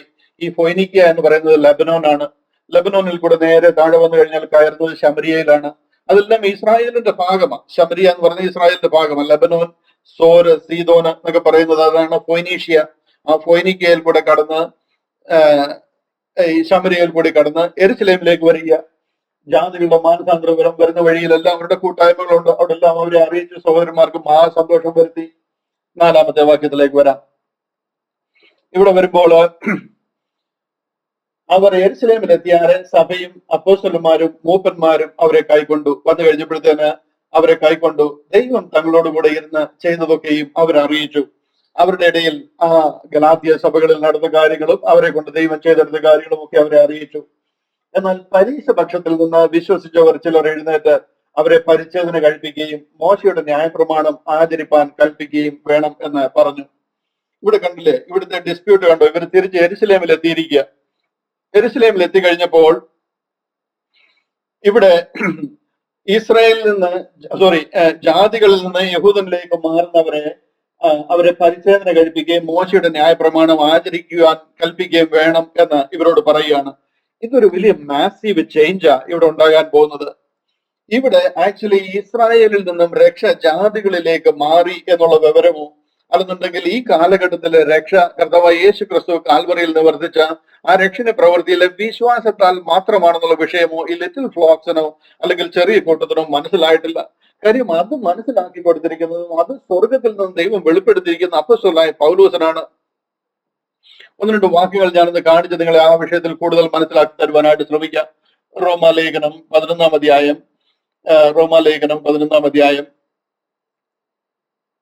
അതിന്റെ 11-12 വാക്യങ്ങൾ ഞാനൊന്ന് കാണിക്കാം. റോമർ 11-ാം അധ്യായം.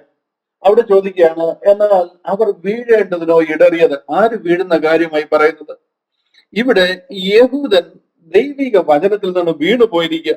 അത് കാണിക്കാനാണ് റോമാലേഖനം 9, 10, 11 അധ്യായങ്ങൾ എഴുതിയിരിക്കുന്നത് തന്നെ. യഹൂദന്റെ വീഴ്ചയെ കുറിച്ചും അവന്റെ ഇലക്ഷനും റിജക്ഷനും റീസ്റ്റോറേഷനും, അതായത് യഹൂദൻ അവരുടെ ഒറിജിനൽ വിളിയിൽ നിന്നും വാഗ്ദത്ത പദ്ധതിയിൽ നിന്നും വീണു പോയിരിക്കുന്നു എന്ന് കാണിക്കാൻ വേണ്ടിയിട്ട് ആ 9-ാം അധ്യായം ഒക്കെ 9, 10, 11 എഴുതിയിരിക്കുന്ന 11-ന്റെ 11-ാം വാക്യത്തിൽ പറയുക, എന്നാൽ അവര് വീഴേണ്ടതിനോ ഇടറിയത് എന്ന് ഞാൻ ചോദിക്കുന്നു. ഒരു നാളുമല്ല, അവർക്ക് എരിവ് വരുത്തുവാൻ അവരുടെ ലംഘനം ഹേതുവായി അതായത് എന്നേക്കുമായിട്ട് അവരൊക്കെ നശിച്ചു പോകാൻ വേണ്ടിയിട്ടാണോ? അല്ല, അവരുടെ ലംഘനം ഹേതുവായി ജാതികൾക്ക് രക്ഷ വന്നു വന്നേ ഉള്ളൂ. അതായത് അവരുടെ വീഴ്ച നിമിത്തം അവർ വീണു പോയതിൽ നിന്നാണ് ജാതികൾക്ക് രക്ഷ വരുന്നത്. അതാണ് ഈ പറഞ്ഞിരിക്കുന്നത്. But rather through the fall of rather their fall salvation is came unto Gentiles. ഈ രണ്ടാമത്തെ വാക്യമുണ്ടല്ലോ, I say then have they stumbled that they should fall, God forbid, but rather through their fall salvation is came unto Gentiles. മനസ്സിലായോ? അവരുടെ വീഴ്ച നിമിത്തം രക്ഷ ജാതികളിലേക്ക് വന്നിരിക്കുകയാണ്. 12ാമത്തെ വാക്യം നോക്കിയാൽ ഇച്ചിലൂടെ വിശദമായിട്ട് കാണാം. എന്നാൽ അവരുടെ ലംഘനം, ഇവിടെ ലംഘനം എന്നൊക്കെ പറയുന്നത് അവരുടെ ഫോളാണ്. Now if the fall of them, കണ്ടോ, അവരുടെ വീഴ്ച, ആര് വീണ കാര്യമാണ്? യഹൂദൻ വീണുപോയ കാര്യമാണ്. വിളിയിൽ നിന്നും ദൈവിക പദ്ധതിയിൽ നിന്നും വീണുപോയി. അതുകൊണ്ട് ജാതികൾക്ക് രക്ഷ വന്നിരിക്കുക. ഇത് അടുത്ത ഒരു കാലഘട്ടവും അടുത്ത ഒരു പദ്ധതിയുമാണ്. യഹൂദന്റെ പരിച്ഛേദനയും പൗരോഹിത്യവും പ്രമാണവും ഒന്നും കൊണ്ട് രക്ഷപ്പെടുന്ന സമയമല്ല ഇത്. ഇതാണ് മിസ്റ്ററി റെവലേഷൻ എന്ന് പറയുന്നത്. ഇവിടെ പറയുകയാണ്, എന്നാൽ അവരുടെ ലംഘനം ലോകത്തിന് ധനവും അവരുടെ നഷ്ടം, അവർ വീണുപോയതും അവർ നഷ്ടമായി പോയതും ജാതികൾക്ക് സമ്പത്തും വരുവാൻ കാരണമായിട്ട്. ആത്മീക സമ്പത്തിനെ കുറിച്ചായി പറയുന്നത്. അവർ ഈ വിളിയിലേക്കും തിരഞ്ഞെടുപ്പിലേക്കും വരുവാൻ കാരണമായതിനെ കുറിച്ചാണ് പറയുന്നത്. എങ്കിൽ അവരുടെ യഥാസ്ഥാപനം എത്രയധികം. എന്നാൽ യഹൂദനെ ദൈവം യഥാസ്ഥാനപ്പെടുത്തുന്ന ഒരു കാലമുണ്ട്. അത് ഇവരുടെ ഗുണം കൊണ്ടൊന്നും അല്ല. അബ്രഹാമിനോട് ദൈവം വാഗ്ദത്തം ചെയ്തിരിക്കുന്നതും പിതാക്കന്മാരോട് ദൈവം ഉടമ്പടി ചെയ്തിരിക്കുന്നതുമാണ്. അബ്രഹാമ്യ ഉടമ്പടി എന്ന് പറയുന്നതും മൊസൈക്ക് ഉടമ്പടി, ദാവീദ്യ ഉടമ്പടി എന്നൊക്കെ പറയുന്ന ഉടമ്പടി പ്രകാരം ദൈവം അവരോട് ചെയ്തിരിക്കുന്ന ഉടമ്പടിയാണ്. അതുകൊണ്ട് ദൈവം ഇവരെ യഥാസ്ഥാനപ്പെടുത്തും. അന്ന് ഇവരെ യഥാസ്ഥാനപ്പെടുമ്പോൾ ഇവരിൽ കൂടി ആ കാലഘട്ടത്തിൽ രക്ഷപ്പെട്ട് ഇവരോട് കൂടുള്ള ജാതികൾ ഭയങ്കരമായിട്ട് അനുഗ്രഹിക്കപ്പെടും. അത് 1000 ആണ്ട് വാഴ്ചയിൽ നടക്കാൻ പോകുന്ന കാര്യത്തെക്കുറിച്ച് പറഞ്ഞിരിക്കുക. എന്നാൽ അവരുടെ ലംഘനം ലോകത്തിന് ധനവും അവരുടെ നഷ്ടം ജാതികൾക്ക് സമ്പത്തും വരുവാൻ കാരണമായി. അവർക്ക് അടി കൊണ്ടതുകൊണ്ട് ജാതികൾ അനുഗ്രഹിക്കപ്പെട്ടുവെങ്കിൽ അവരുടെ യഥാസ്ഥാനം എത്ര അധികം. അവരെ ദൈവം റീസ്റ്റോർ ചെയ്യുമ്പോൾ നന്മയും കരുണയും ഒക്കെ അവരിൽ കൂടി ജാതികളിലേക്ക് ഒഴുകുന്ന ഒരു അനുഭവത്തിലേക്ക് അവർ 1000 ആണ്ട് വാഴ്ചയിൽ വരാൻ പോകുക. ഇതാ തുടർന്നുള്ള ഭാഗങ്ങളിൽ 11 തുടർന്നുള്ള ഭാഗങ്ങൾ വായിക്കുമ്പോൾ നമുക്ക് കാണാം. ആ ഒലിവ് മരത്തിന്റെ എക്സാമ്പിൾ ഒക്കെ പറഞ്ഞ് ആ നല്ല ഒലിവിനെയും കാട്ടൊലിവിനെയും ഒക്കെ കാണിച്ചതിൽ വിവരിക്കാനായിട്ട് പൗലോസ് ശ്രമിക്കുന്നത് നമുക്ക് കാണുവാനായിട്ട് കഴിയും. ഇവിടെ എല്ലാം പറയുന്നത് യഹൂദൻ വീണുപോയി. ഇവിടെ ജാതികൾക്ക് ഇതിനു മുമ്പ് ഇങ്ങനെ ഒരു രക്ഷയില്ലായിരുന്നു. പൗലോസ് അപ്പോസ്തലൻ കൂടാണ് ആ വഴി തുറക്കുന്നത്. കഴിഞ്ഞ ആഴ്ചയിൽ തന്നെ നമ്മൾ 14ാമത്തെ അധ്യായം പഠിച്ചപ്പോൾ അതിന്റെ 27ാം വാക്യം നമ്മൾ ഇങ്ങനെ വായിച്ചത്. 14ാം അധ്യായത്തിന്റെ 27ാം വാക്യം അവിടെ ഇങ്ങനെ വായിച്ചു. അവിടെ എത്തിയ ശേഷം സഭയെ ഒരുമിച്ച് കൂട്ടി. ആര്? പൗലോസ് അപ്പോസ്തലനും ബർന്നബാസും തിരിച്ച് അന്ത്യോക്യയിൽ എത്തിയതിനു ശേഷം അവരുടെ കൂട്ടായ്മ അവരെ ഒന്നിച്ചു കൂട്ടി. ദൈവം തങ്ങളോട് കൂടെ എന്ന് ചെയ്തതൊക്കെയും ജാതികൾക്ക് വിശ്വാസത്തിന്റെ വാതിൽ തുറന്നു കൊടുത്തതും അറിയിച്ചു. മനസ്സിലാകുന്നുണ്ടോ? ഇതിനു മുമ്പ് ഈ വാതിൽ ആർക്കും തുറന്നു കൊടുത്തിട്ടില്ല. ജാതികൾക്ക് വിശ്വാസത്തിന്റെ വാതിൽ തുറന്നു കൊടുക്കുക 14ാമത്തെ അധ്യായത്തിലായി പറയുന്നത്, 2ാമത്തെ അധ്യായത്തിലല്ല. അത് യഹൂദന്മാരുടെ പദ്ധതിയും അവരുടെ വിളിയും തിരഞ്ഞെടുപ്പും അവർക്ക് ദൈവം കൊടുത്തിരുന്ന പ്രോമിസിന്റെ നിവൃത്തി അവിടെ നടന്നത്. അത് ജാതികളുമായിട്ട് യാതൊരു സംബന്ധമില്ല. അവിടെ ഒരു ജാതിയനും വന്നിട്ടുമില്ല. ഇവിടെ ഒരു ജാതിയരുടെ അടുക്കലും ഇവർ സുവിശേഷം പറയാൻ പോയിട്ടുമില്ല. അപ്പോസ്തലനായ പത്രോസ് 10ാം അധ്യായത്തിൽ കൊർന്നലിയോസിന്റെ വീട്ടിൽ പോകുന്നത് പ്രസംഗിക്കുന്നത് കിങ്ഡം ഗോസ്പലാണ്. കൊർന്നലിയോസിന് മനസ്സിലാകുന്നത് കിങ്ഡം ഗോസ്പലും ആ പരിച്ഛേദനയും 10 കൽപ്പനയും പ്രമാണവും ഒക്കെ അനുസരിച്ച് ജീവിക്കുകയും സ്വർഗം ഭൂമിയിലേക്ക് വരുന്നതും സ്വർഗരാജ്യത്തിലേക്ക് കടക്കുകയും ചെയ്യുന്ന കാര്യമാണ് പത്രോസ് അപ്പോസ്തലൻ അവിടെ പ്രസംഗിക്കുന്നത്. ഈ ഗ്രേസ് ഗോസ്പൽ, കൃപയാൽ വിശ്വാസം മൂലം നാം രക്ഷിക്കപ്പെട്ടിരിക്കുന്നത് ദൈവിക പദ്ധതിയുടെ വാതിൽ ഇവിടെ തുറക്കുക. And when they were come and had gathered the church together, they rehearsed all that God had done with them and how he had opened the door of faith unto the Gentiles. കണ്ടോ? ഇവിടെ വെച്ചാണ് ജാതികൾക്ക് ഈ വാതിൽ തുറന്നു കൊടുക്കുന്നത്. ഇതൊരു മാറ്റം, ഒരു വലിയ മാറ്റം ഇവിടെ സംഭവിക്കുക. ഇതെന്ന് അന്ന് യഹൂദന് മനസ്സിലാകാഞ്ഞതുപോലെ തന്നെ ഇന്ന് ക്രിസ്ത്യാനിക്ക് മനസ്സിലായിട്ടില്ല. ക്രിസ്ത്യാനിക്ക് ഇത് മനസ്സിലാകാത്തത് കൊണ്ട് തന്നെ നമ്മൾ യഹൂദന്മാരുടെ എന്തോ ഓഫ് ഷൂട്ടാണ് എന്നുള്ള രീതിയിൽ ആ പ്രമാണങ്ങളും ആ കൽപ്പനകളുടെ പുറകെ നമ്മളും കൂടിയിരിക്കുക. 4ാമത്തെ വാക്യം, അപ്പോസ്തല പ്രവൃത്തികൾ 15ാം അധ്യായം നമ്മൾ വായിച്ചുകൊണ്ടിരുന്ന ഭാഗത്തേക്ക് തിരിച്ചു വരാം. അന്ന് 4ാമത്തെ വാക്യം, അവർ യെരുശലേമിലെത്തിയാറെ സഭയും അപ്പോസ്തലന്മാരും മൂപ്പന്മാരും അവരെ കൈക്കൊണ്ടു. ദൈവം തങ്ങളോട് കൂടെ ഇരുന്ന് ചെയ്തു നോക്കുകയും അവര് അവിടെ അറിയിച്ചു. 5ാം വാക്യം, എന്നാൽ പരീക്ഷ പക്ഷത്തിൽ നിന്ന് വിശ്വസിച്ചവർ ചിലർ എഴുന്നേറ്റ് അവരെ പരിച്ഛേദന കഴിപ്പിക്കുകയും മോശയുടെ ന്യായപ്രമാണം ആചരിക്കാൻ കൽപ്പിക്കുകയും വേണം എന്ന് പറഞ്ഞു. ഇവർക്ക് ഇതുവരെ അറിയത്തില്ല എന്താ ചെയ്യേണ്ടി എന്നുള്ള ഒരു ജാതിയൻ രക്ഷിക്കപ്പെട്ടു കഴിഞ്ഞാൽ. ഈ അപ്പോസ്തല പ്രവൃത്തികൾ 2-ൽ ജാതികളെല്ലാവരും കൂടെ വന്നുകൂടി അവിടെ എല്ലാവർക്കും കൂടെ ചേർന്ന് ആത്മാഭിഷേകം ലഭിച്ചു. എല്ലാവരും കൂടെ പരിശുദ്ധാത്മാവിൽ നിറഞ്ഞു, അന്യഭാഷകൾ സംസാരിച്ചു, അവർ അപ്പം നുറുക്കിയും കൂട്ടായ്മ ആചരിച്ചും പോരുന്നു എന്നൊക്കെ വിശ്വസിക്കുന്നവർ മനസ്സിലാക്കണം. 17 വർഷം കഴിഞ്ഞ് നടക്കുന്ന ഒരു കാര്യത്തെയാണ് ഇവിടെ സംസാരിക്കുന്നത്. ഇതുവരെ എന്താ ജാതികളിൽ നിന്ന് രക്ഷിക്കപ്പെട്ട് വരേണ്ടവർ എന്ത് ചെയ്യണമെന്ന് പോലും അവർക്ക് അറിയത്തില്ല. അതിനെക്കുറിച്ച് ചിന്തിക്കേണ്ട ഒരു സാഹചര്യം അവിടെ ഉണ്ടായിട്ടില്ല. കാര്യം അവര് പ്രസംഗിക്കുന്ന അവരുടെ ഇടയിലാണ്. ജാതികൾക്ക് എന്ത് ചെയ്യണം എന്നുള്ളത് ചിന്തിക്കേണ്ട ഒരു കാര്യം അവിടെ വന്നിട്ടില്ല. എന്നാൽ പരീക്ഷ പക്ഷത്തിൽ നിന്ന് വിശ്വസിച്ചവർ എഴുന്നേറ്റ് അവരെ പരിച്ഛേദന കഴിപ്പിക്കുകയും മോശയുടെ ന്യായപ്രമാണം ആചരിപ്പാൻ കൽപ്പിക്കുകയും വേണമെന്ന് പറഞ്ഞു. ഈ സംഗതിയെക്കുറിച്ച് വിചാരിപ്പാൻ അപ്പോസ്തലന്മാരും മൂപ്പന്മാരും വന്നുകൂടി. വളരെ തർക്കം ഉണ്ടായ ശേഷം പത്രോസ് എഴുന്നേറ്റ് അവരോട് സംസാരിച്ചു. അവരോട് പറഞ്ഞത്, ഈ യഹൂദനെ സംബന്ധിച്ചിടത്തോളം ഈ പരിച്ഛേദനയും മോശയുടെ ന്യായപ്രമാണവും ഒന്നും ഇല്ലാത്ത ഒരു രക്ഷ എന്ന് പറയുന്ന ഒരു വിഷയത്തെ കുറിച്ച് അവർക്ക് ചിന്തിക്കാനേ പറ്റത്തില്ല. അവർക്ക് ദൈവം കഴിഞ്ഞാൽ പിന്നെ അടുത്ത ആള് മോശയാണ്. മോശ കൊടുത്തിരിക്കുന്നത് ഈ ന്യായപ്രമാണം. ആ മോശയുടെ കൽപ്പന പ്രകാരമാണ് ഈ പരിച്ഛേദനയൊക്കെ ചെയ്യേണ്ടത്. അതില്ലാന്ന് കണ്ടു കഴിഞ്ഞാല് പിന്നെ എന്ത് രക്ഷ അവർക്ക് അതിനെക്കുറിച്ച് അറിയത്തില്ല. ഈ കർത്താവിന്റെ കാലഘട്ടത്തിൽ കർത്താവ് അത് പ്രസംഗിച്ചിട്ടില്ല. പ്ലീസ് നിങ്ങളിപ്പം മനസ്സിലാക്കണം.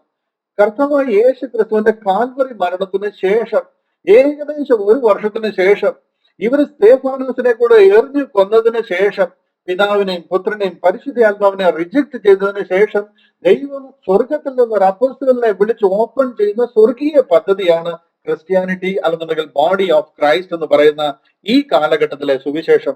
അത് യഹൂദന്റെ പദ്ധതിയുമായിട്ട് നമ്മൾ കൂട്ടിക്കുഴയ്ക്കുമ്പോഴാണ് ഈ വിഷയങ്ങൾ മുഴുവൻ ഉണ്ടാകുന്നത്.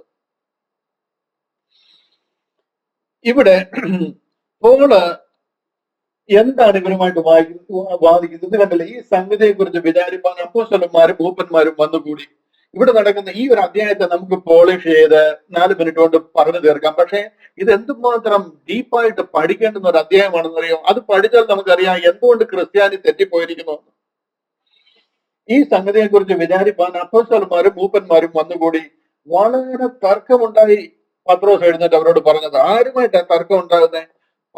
പൗലോസിനോടും ബർന്നബാസിനോടും ആ ഒരു ശുശ്രൂഷ, ആ മനസ്സിലായിരിക്കുന്ന ഗോസ്പൽ ഓഫ് ഗ്രേസ് പ്രസംഗിക്കുന്ന അപ്പോസ്തലന്മാരുമായിട്ട് ഭയങ്കര തർക്കമുണ്ടാകുക, ഭയങ്കര ഡിബേറ്റ്, ഭയങ്കര ഡിസ്പ്യൂട്ട് ഉണ്ടായിരിക്കുക.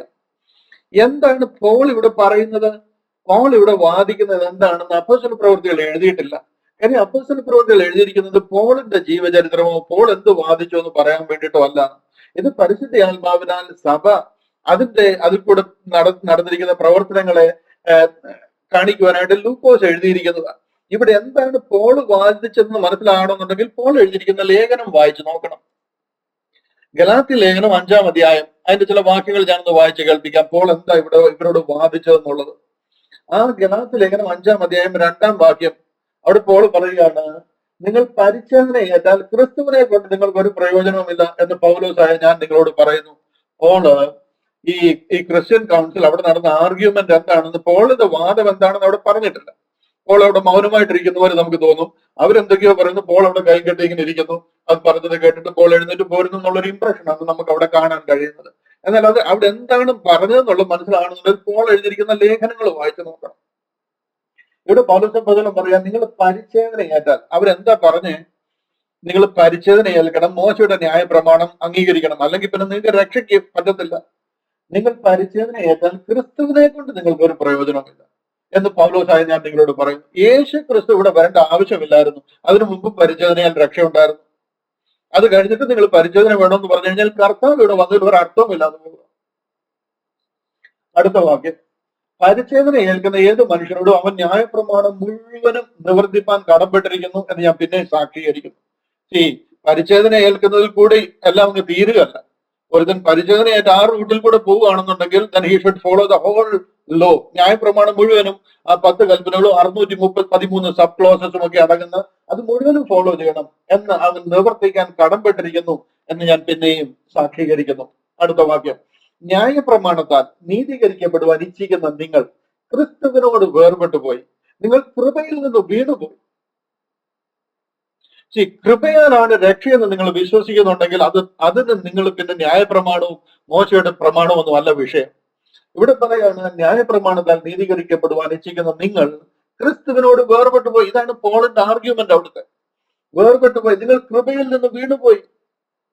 ഞങ്ങളോ വിശ്വാസത്താൽ നീതി ലഭിക്കും എന്നുള്ള പ്രത്യാശ നിവർത്തിയെ ആത്മാവിനാൽ കാത്തിരിക്കുന്നു.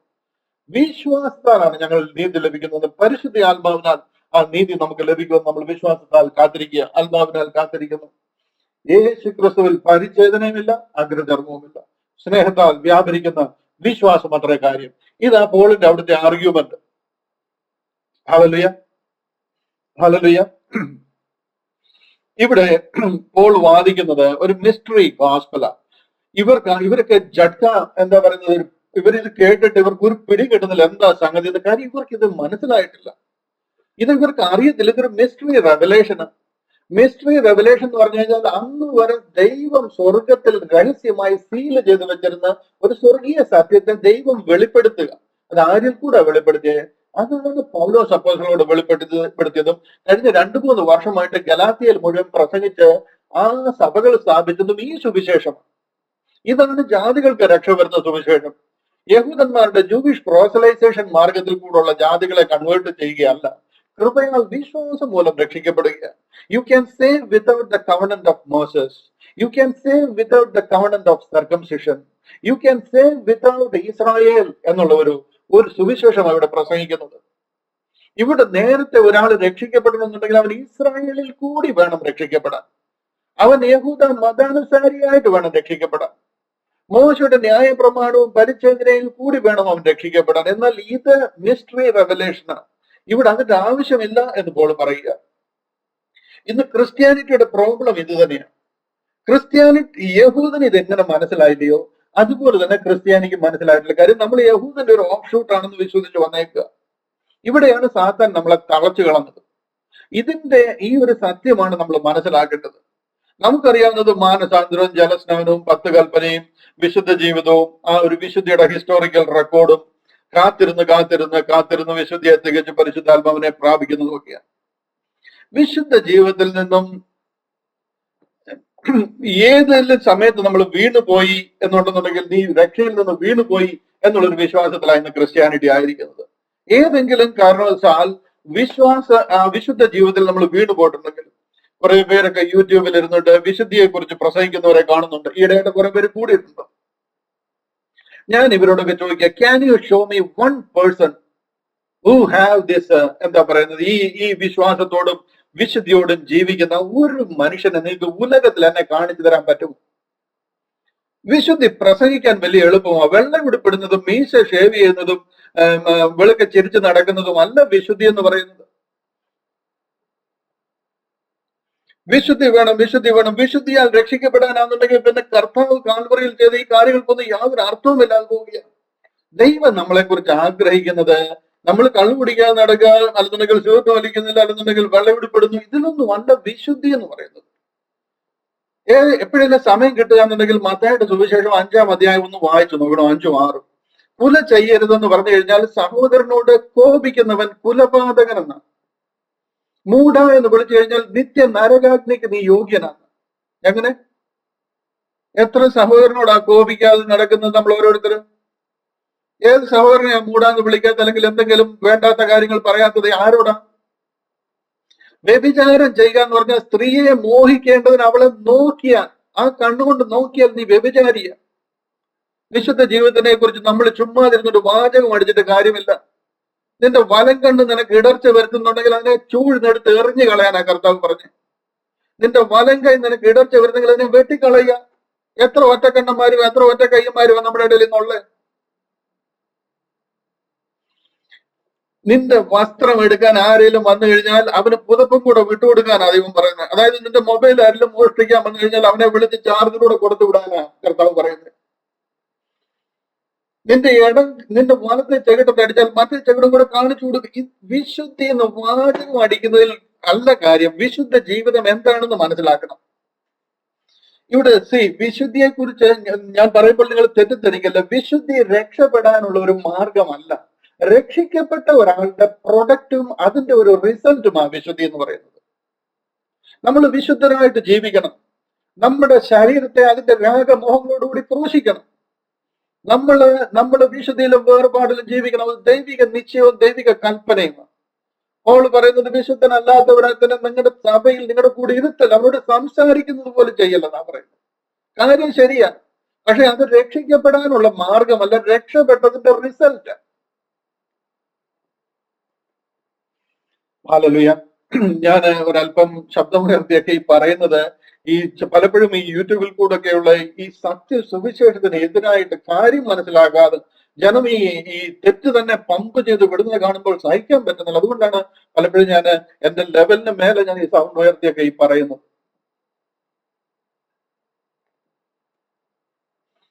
മടങ്ങി വരാം. നമുക്ക് 6-ാം വാക്യം, അപ്പോസ്തല പ്രവൃത്തികൾ 15-ന്റെ 6-ാം വാക്യം, 6-ാം വാക്യത്തിലേക്ക് വരാം. അവിടെ പറയുകയാണ്,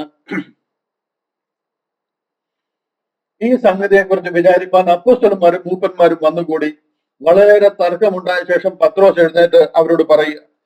ഇവിടെ വളരെ തർക്കം കഴിഞ്ഞപ്പോൾ പത്രോസ് എഴുന്നേറ്റു. പത്രോസ് അപ്പോസ്തലൻ, ഇവിടെ നിങ്ങൾ അതൊന്ന് മനസ്സിൽ കാണുന്ന ആ കൗൺസിൽ ഒന്ന് കൂടുന്നത്, കുറെ തർക്കമുണ്ടായി കഴിഞ്ഞപ്പോൾ തന്നെ പത്രോസ് അപ്പോസ്തലൻ എഴുന്നേറ്റു. ഇവിടെ ഇങ്ങനെ പത്രോസ് അപ്പോസ്തലനെ എഴുന്നേൽക്കാൻ വേണ്ടിയിട്ടാണ് ഇതിന് 10 വർഷം മുമ്പ് പത്രോസിനെ കൊർന്നല്യോസിന്റെ വീട്ടിൽ കർത്താവ് അയച്ചത്. 10-ാം അധ്യായത്തിൽ കൊർന്നല്യോസിന്റെ വീട്ടിൽ പത്രോസ് അപ്പോസ്തലനെ അയക്കാൻ കാര്യം ഇവിടെ എഴുന്നേറ്റ് നിൽക്കാൻ വേണ്ടിയിട്ടാണ്. അടുത്ത ഒരു 10 വർഷം കഴിയുമ്പോൾ ഇവിടെ ഒരു വലിയ ഡിസ്പ്യൂട്ട് ഉണ്ടാകും, കാര്യങ്ങൾ മാറാൻ പോവാ. ദൈവം ഇത് മുന്നമേ കണ്ടുകൊണ്ടും എന്ത് അറിയാവുന്ന ദൈവം അതിന് 10 വർഷം മുമ്പേ പത്രോസ് അപ്പോസ്തലനെ ഈ ജാതീയ ഭവനത്തിൽ വിടുകയും അവിടെ ഒരു ഭയങ്കര മാസീവ് കൺവേർഷൻ ഉണ്ടാകുന്നത് തന്റെ കണ്ണാൽ കാണുകയും തന്റെ പ്രവർത്തനത്തിലൂടെ അവിടെ നടക്കുകയും ചെന്ന് പത്രോസ് അപ്പോസ്തലൻ കാണുക ജാതികളുടെ ഇടയിലേക്ക് ഈ രക്ഷ പോകുന്നതിനെ കുറിച്ച്. ഇവിടെ പത്രോസ് അപ്പോസ്തലൻ പ്രസംഗിച്ചത് ഗ്രേസ് അല്ല, അവിടെ പ്രസംഗിച്ചത് കിങ്ഡം ഗോസ്പൽ ആണെങ്കിലും ആ ജാതികളുടെ രക്ഷ തനിക്ക് കാണുവാനായിട്ട് ഇടയായി. ഇവരുടെ ഈ യഹൂദന്മാരുടെ അല്ലെങ്കിൽ ഈ 12 അപ്പോസ്തലന്മാരുടെ ഒരു അപ്രൂവല് ഈ വിഷയത്തിൽ ഇല്ല എന്നുണ്ടെന്നുണ്ടെങ്കിൽ പൗലോസ് എത്ര പ്രസംഗിച്ചാലും ഒരു പക്ഷെന്നുണ്ടെങ്കിൽ ജനം അത് ഏറ്റെടുത്തെന്ന് വരത്തില്ല. ഇവരുമായിട്ട് അലൈൻഡ് ആയില്ല എന്നുണ്ടെന്നുണ്ടെങ്കിൽ. കാര്യം 12 പേര് കർത്താവിനോട് കൂടെ നടന്നവരാ. കർത്താവ് കൂടെ കൊണ്ട് നടന്ന് സുവിശേഷം പഠിപ്പിക്കുകയും അവരോട് എന്ത് ചെയ്യണമെന്ന് പറഞ്ഞ് കൽപ്പനകളും കൊടുത്ത് പരിശുദ്ധാത്മാവിനെ അവരുടെ മേലയച്ച് കർത്താവ് സ്വർഗാരോഹണം ചെയ്ത് മടങ്ങി വരുന്നെന്ന് പറഞ്ഞ് പോയിരിക്കുന്ന ആൾക്കാരാ. ഇവരുമായിട്ട് അലൈൻഡ് അല്ലാന്നുണ്ടെങ്കിൽ പോൾ എന്തെല്ലാം പറഞ്ഞാലും ഒരു പക്ഷെ ജനം വിശ്വസിച്ചൊന്നും വരത്തില്ല. ദൈവം ആരെയും ബലാത്കാരമായിട്ട് വിശ്വസിപ്പിക്കാനായിട്ട് പോകത്തില്ല. അപ്പൊ ഈ ഒരു എഗ്രിമെന്റും ഇവിടെ ഒരു അലൈൻമെന്റും വളരെ അത്യന്താപേക്ഷിതമാണ്. അതിനു വേണ്ടിയിട്ട് ദൈവം 10 വർഷം മുമ്പേ പത്രോസിനെ ഒരു ജാതിയുടെ വീട്ടിലയക്കുകയും ഇവിടെ ആ കാര്യങ്ങൾക്ക് ഒരു തീർപ്പുണ്ടാക്കാനായിട്ട് പത്രോസ് ഇവിടെ എഴുന്നേറ്റ് നിൽക്കുകയുമാണ്.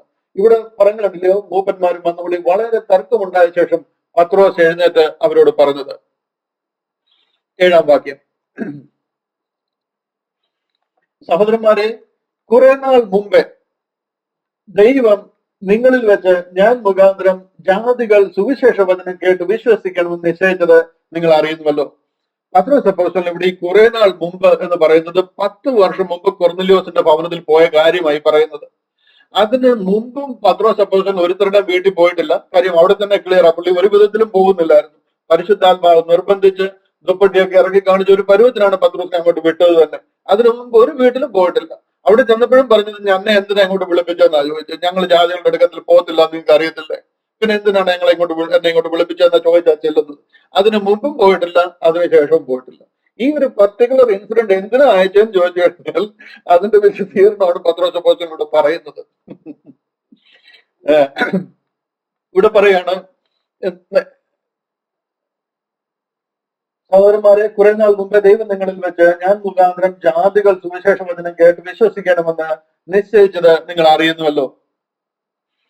ഇവിടെ ആ ആക്ട്സ് 2-ലെ പെന്തക്കോസ്ത് നാൾ കഴിഞ്ഞപ്പോൾ ഗ്രേറ്റ് കമ്മീഷൻ ഇവർക്ക് എല്ലാവർക്കും കിട്ടി. ഇവർ ആ ഗ്രേറ്റ് കമ്മീഷൻ അനുസരിച്ച് മുഴുവൻ ജാതികളുടെ ഇടയിൽ പോയി എല്ലാവരെയും കൺവേർട്ട് ചെയ്തു. അങ്ങനെ ജാതികളെല്ലാം ക്രിസ്ത്യാനിയായിട്ട് മാറി. എന്താ കാര്യങ്ങൾ നമ്മൾ വിശ്വസിച്ച് വെച്ചേക്കുന്നതെന്നറിയാം. ഇതിനാ ഞാൻ പറയുന്നത്, ഒരു ദിവസം ഒന്ന് മാറിയിരുന്നു കഴിഞ്ഞാൽ ഈ കംപ്ലീറ്റ് തെറ്റിനെയും ബൈബിളിൽ നിന്ന് മണിയായിട്ട് എടുത്തിട്ട് നമുക്ക് ഡിസ്കസ് ചെയ്യാൻ പറ്റും. പക്ഷെ ഒരുത്തർക്കും അത് താല്പര്യമില്ല. എല്ലാവർക്കും പ്രസ്ഥാനം വളർത്തണം, കാശുണ്ടാക്കണം. ദൈവവും സ്വർഗവും നിത്യതയൊന്നും ആരുടെയും പ്രയോറിറ്റിയേ അല്ല. പ്രസ്ഥാനം വളർത്തുക, ഓർഗനൈസേഷൻ, ഭയങ്കര കാര്യങ്ങളൊക്കെ മുന്നോട്ട് പോകണം എന്നുള്ളതല്ല. സത്യം എന്താണെന്ന് അറിയാൻ ഒരു മനുഷ്യർക്കും താല്പര്യമില്ല. മരിച്ചു കഴിഞ്ഞാൽ അടുത്തത് എന്താണ്, നിത്യത എവിടാണ്? ഒരുത്തർക്കും താല്പര്യമില്ല. ആക്സ് 2 ഇവിടെ പെന്തക്കോസ് കഴിഞ്ഞപ്പോൾ എല്ലാ ജാതികളും ഒത്തിരി പേര് രക്ഷിക്കപ്പെട്ടു. എന്തെല്ലാമാ നമ്മൾ തെറ്റായിട്ട് വിശ്വസിച്ചിരിക്കുന്നത്. ഇവിടെ ജാതികളുടെ വിഷയം ആരംഭിച്ചുള്ളത് ആക്സ് 15 ആക്സ് 2 കഴിഞ്ഞ് ഏകദേശം 17 വർഷം കഴിഞ്ഞ് നടക്കുന്ന ഒരു കാര്യത്തെ കുറിച്ച് ഇവിടെ ഡിസ്കസ് ചെയ്യുന്നത്. നമുക്ക് കണ്ണടച്ചിരുട്ടുണ്ടാക്കാം, പക്ഷെ സത്യം ഒരിക്കലും മറഞ്ഞിരിക്കത്തില്ല. ഇന്ന് ഇവരോട് ആരോടും പറഞ്ഞാൽ ഇത് വിശ്വസിക്കത്തില്ല. കാര്യം പാരമ്പര്യത്തിന്റെ മേലെ, അതിന്റെ മേലെ ഒരു ഭയങ്കര മേശയിട്ട് അതിന്റെ മേലെ കയറിയിരിക്കുക.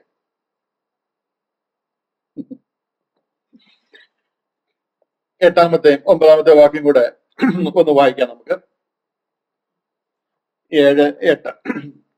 ഹൃദയങ്ങളെ അറിയുന്ന ദൈവം നമുക്ക് തന്നതുപോലെ അവർക്കും പരിശുദ്ധാത്മാവിനെ കൊടുത്തുകൊണ്ട് സാക്ഷി നിന്ന് വിശ്വാസത്താൽ അവരുടെ ഹൃദയങ്ങളെ ശുദ്ധീകരിച്ചതിനാൽ നമുക്കും അവർക്കും തമ്മിൽ ഒരു വ്യത്യാസവും വെച്ചിട്ടില്ല. ഇവിടെ പത്രോസ് അപ്പോസ്തലൻ എഴുന്നേറ്റ് നിന്ന് അവരോട് പറയുക, നിങ്ങള് ഞാൻ ജാതികളുടെ ഇടയിൽ കുറെ നാൾ മുമ്പേ ദൈവം നിങ്ങളിൽ വെച്ച് ഞാൻ മുഖാന്തരം ജാതികൾ സുവിശേഷ വചനം കേട്ട് വിശ്വസിക്കണം എന്ന് നിശ്ചയിച്ച് നിങ്ങൾ അറിയുന്നല്ലോ. അന്ന് നിങ്ങൾ എല്ലാവരും കൂടെ എന്നെ ഒത്തിരി ശകാരിച്ച, എന്റെ മേലെ ഒത്തിരി കുറ്റം പറഞ്ഞതാ. അന്ന് എനിക്കിതിനെ എന്നോട് ദൈവം പറഞ്ഞു, ഞാൻ ചെയ്തു എന്ന് മാത്രമേ പറയാൻ എനിക്ക് അറിയത്തുള്ളായിരുന്നു. പക്ഷെ ഇന്ന് എനിക്ക് അതിന്റെ കാര്യം മനസ്സിലായി, എന്തുകൊണ്ടാണ് കർത്താവ് എന്നെ വിട്ടതെന്നുള്ളത്. അതുകൊണ്ട് ശാന്തനായിട്ട് എഴുന്നേറ്റ് എന്ന് പറയുക, ഇതിനു വേണ്ടിയിട്ട് ആ ദൈവം എന്നെ അവരുടെ അടുക്കൽ അയച്ചത് എന്ന് ഹൃദയങ്ങളെ അറിയുന്ന ദൈവം നമുക്ക് തന്നതുപോലെ അവർക്കും പരിശുദ്ധാത്മാവിനെ കൊടുത്തുകൊണ്ട് സാക്ഷി നിന്ന് വിശ്വാസത്താൽ അവരുടെ ഹൃദയങ്ങളെ ശുദ്ധീകരിച്ചതിനാൽ അവർക്കും നമുക്കും ഒരു വ്യത്യാസവും വെച്ചിട്ടില്ല. ഈ അപ്രൂവൽ ഇവർക്ക് ലഭിക്കണം. ഇത് കിട്ടിയില്ല എന്നുണ്ടെന്നുണ്ടെങ്കിൽ പോളും ഭരതവാസം പറയുന്നത് ദുരുപദേശമാണ്, ആരും വിശ്വസിക്കില്ലെന്നുള്ളത് ജനം പറഞ്ഞു വരുത്തും. അവർക്ക് അതിനൊരു ഓത്തന്റിസിറ്റി ഇല്ല, ഒരു അതോറിറ്റി ഇല്ലാതെ പോകും. ഈ ഒരു അപ്രൂവൽ അവർക്ക് വേണം. ഇതിനു വേണ്ടിയിട്ടാണ് 10-ാം അധ്യായത്തിൽ നമ്മൾ ഇതിനിടയ്ക്ക് ഒരു ഓഡ് അധ്യായം മാതിരി 10-ാമത്തെ അധ്യായത്തിൽ സഡൻലി പത്രോസ് അപ്പോസ്തലനെ പാരച്യൂട്ടിൽ ഇറക്കിയത് മാതിരി 10-ാമത്തെ അധ്യായത്തിൽ വന്ന് ഈ കാര്യങ്ങളൊക്കെ ചെയ്യുന്നത് എന്തിനാണെന്ന് നമുക്ക് തോന്നും അത് വായിച്ചു വരുമ്പോൾ. എന്നാൽ ഈ 15-ാം അധ്യായത്തിൽ ഈ കാര്യങ്ങൾ വിശദീകരിക്കാൻ വേണ്ടിയിട്ടാണ് പത്രോസ് അപ്പോസ്തലനെ അവിടെ അയച്ചതെന്ന് നമുക്ക് മനസ്സിലാക്കുവാനായിട്ട് കഴിയും. ഇവിടെ പറയാണ് ദൈവമക്കൾ, ഇതൊരാള് ഒരു ചോദ്യം ചോദിച്ചതാണ്. ഹൃദയങ്ങളെ അറിയുന്ന ദൈവം നമുക്ക് തന്നതുപോലെ അവർക്കും പരിശുദ്ധാത്മാവിനെ കൊടുത്തുകൊണ്ട് സാക്ഷി നിന്നു വിശ്വാസത്താൽ അവരുടെ ഹൃദയങ്ങളെ ശുദ്ധീകരിച്ചതിനാൽ നമുക്കും അവർക്കും തമ്മിൽ ഒരു വ്യത്യാസവും വെച്ചിട്ടില്ല.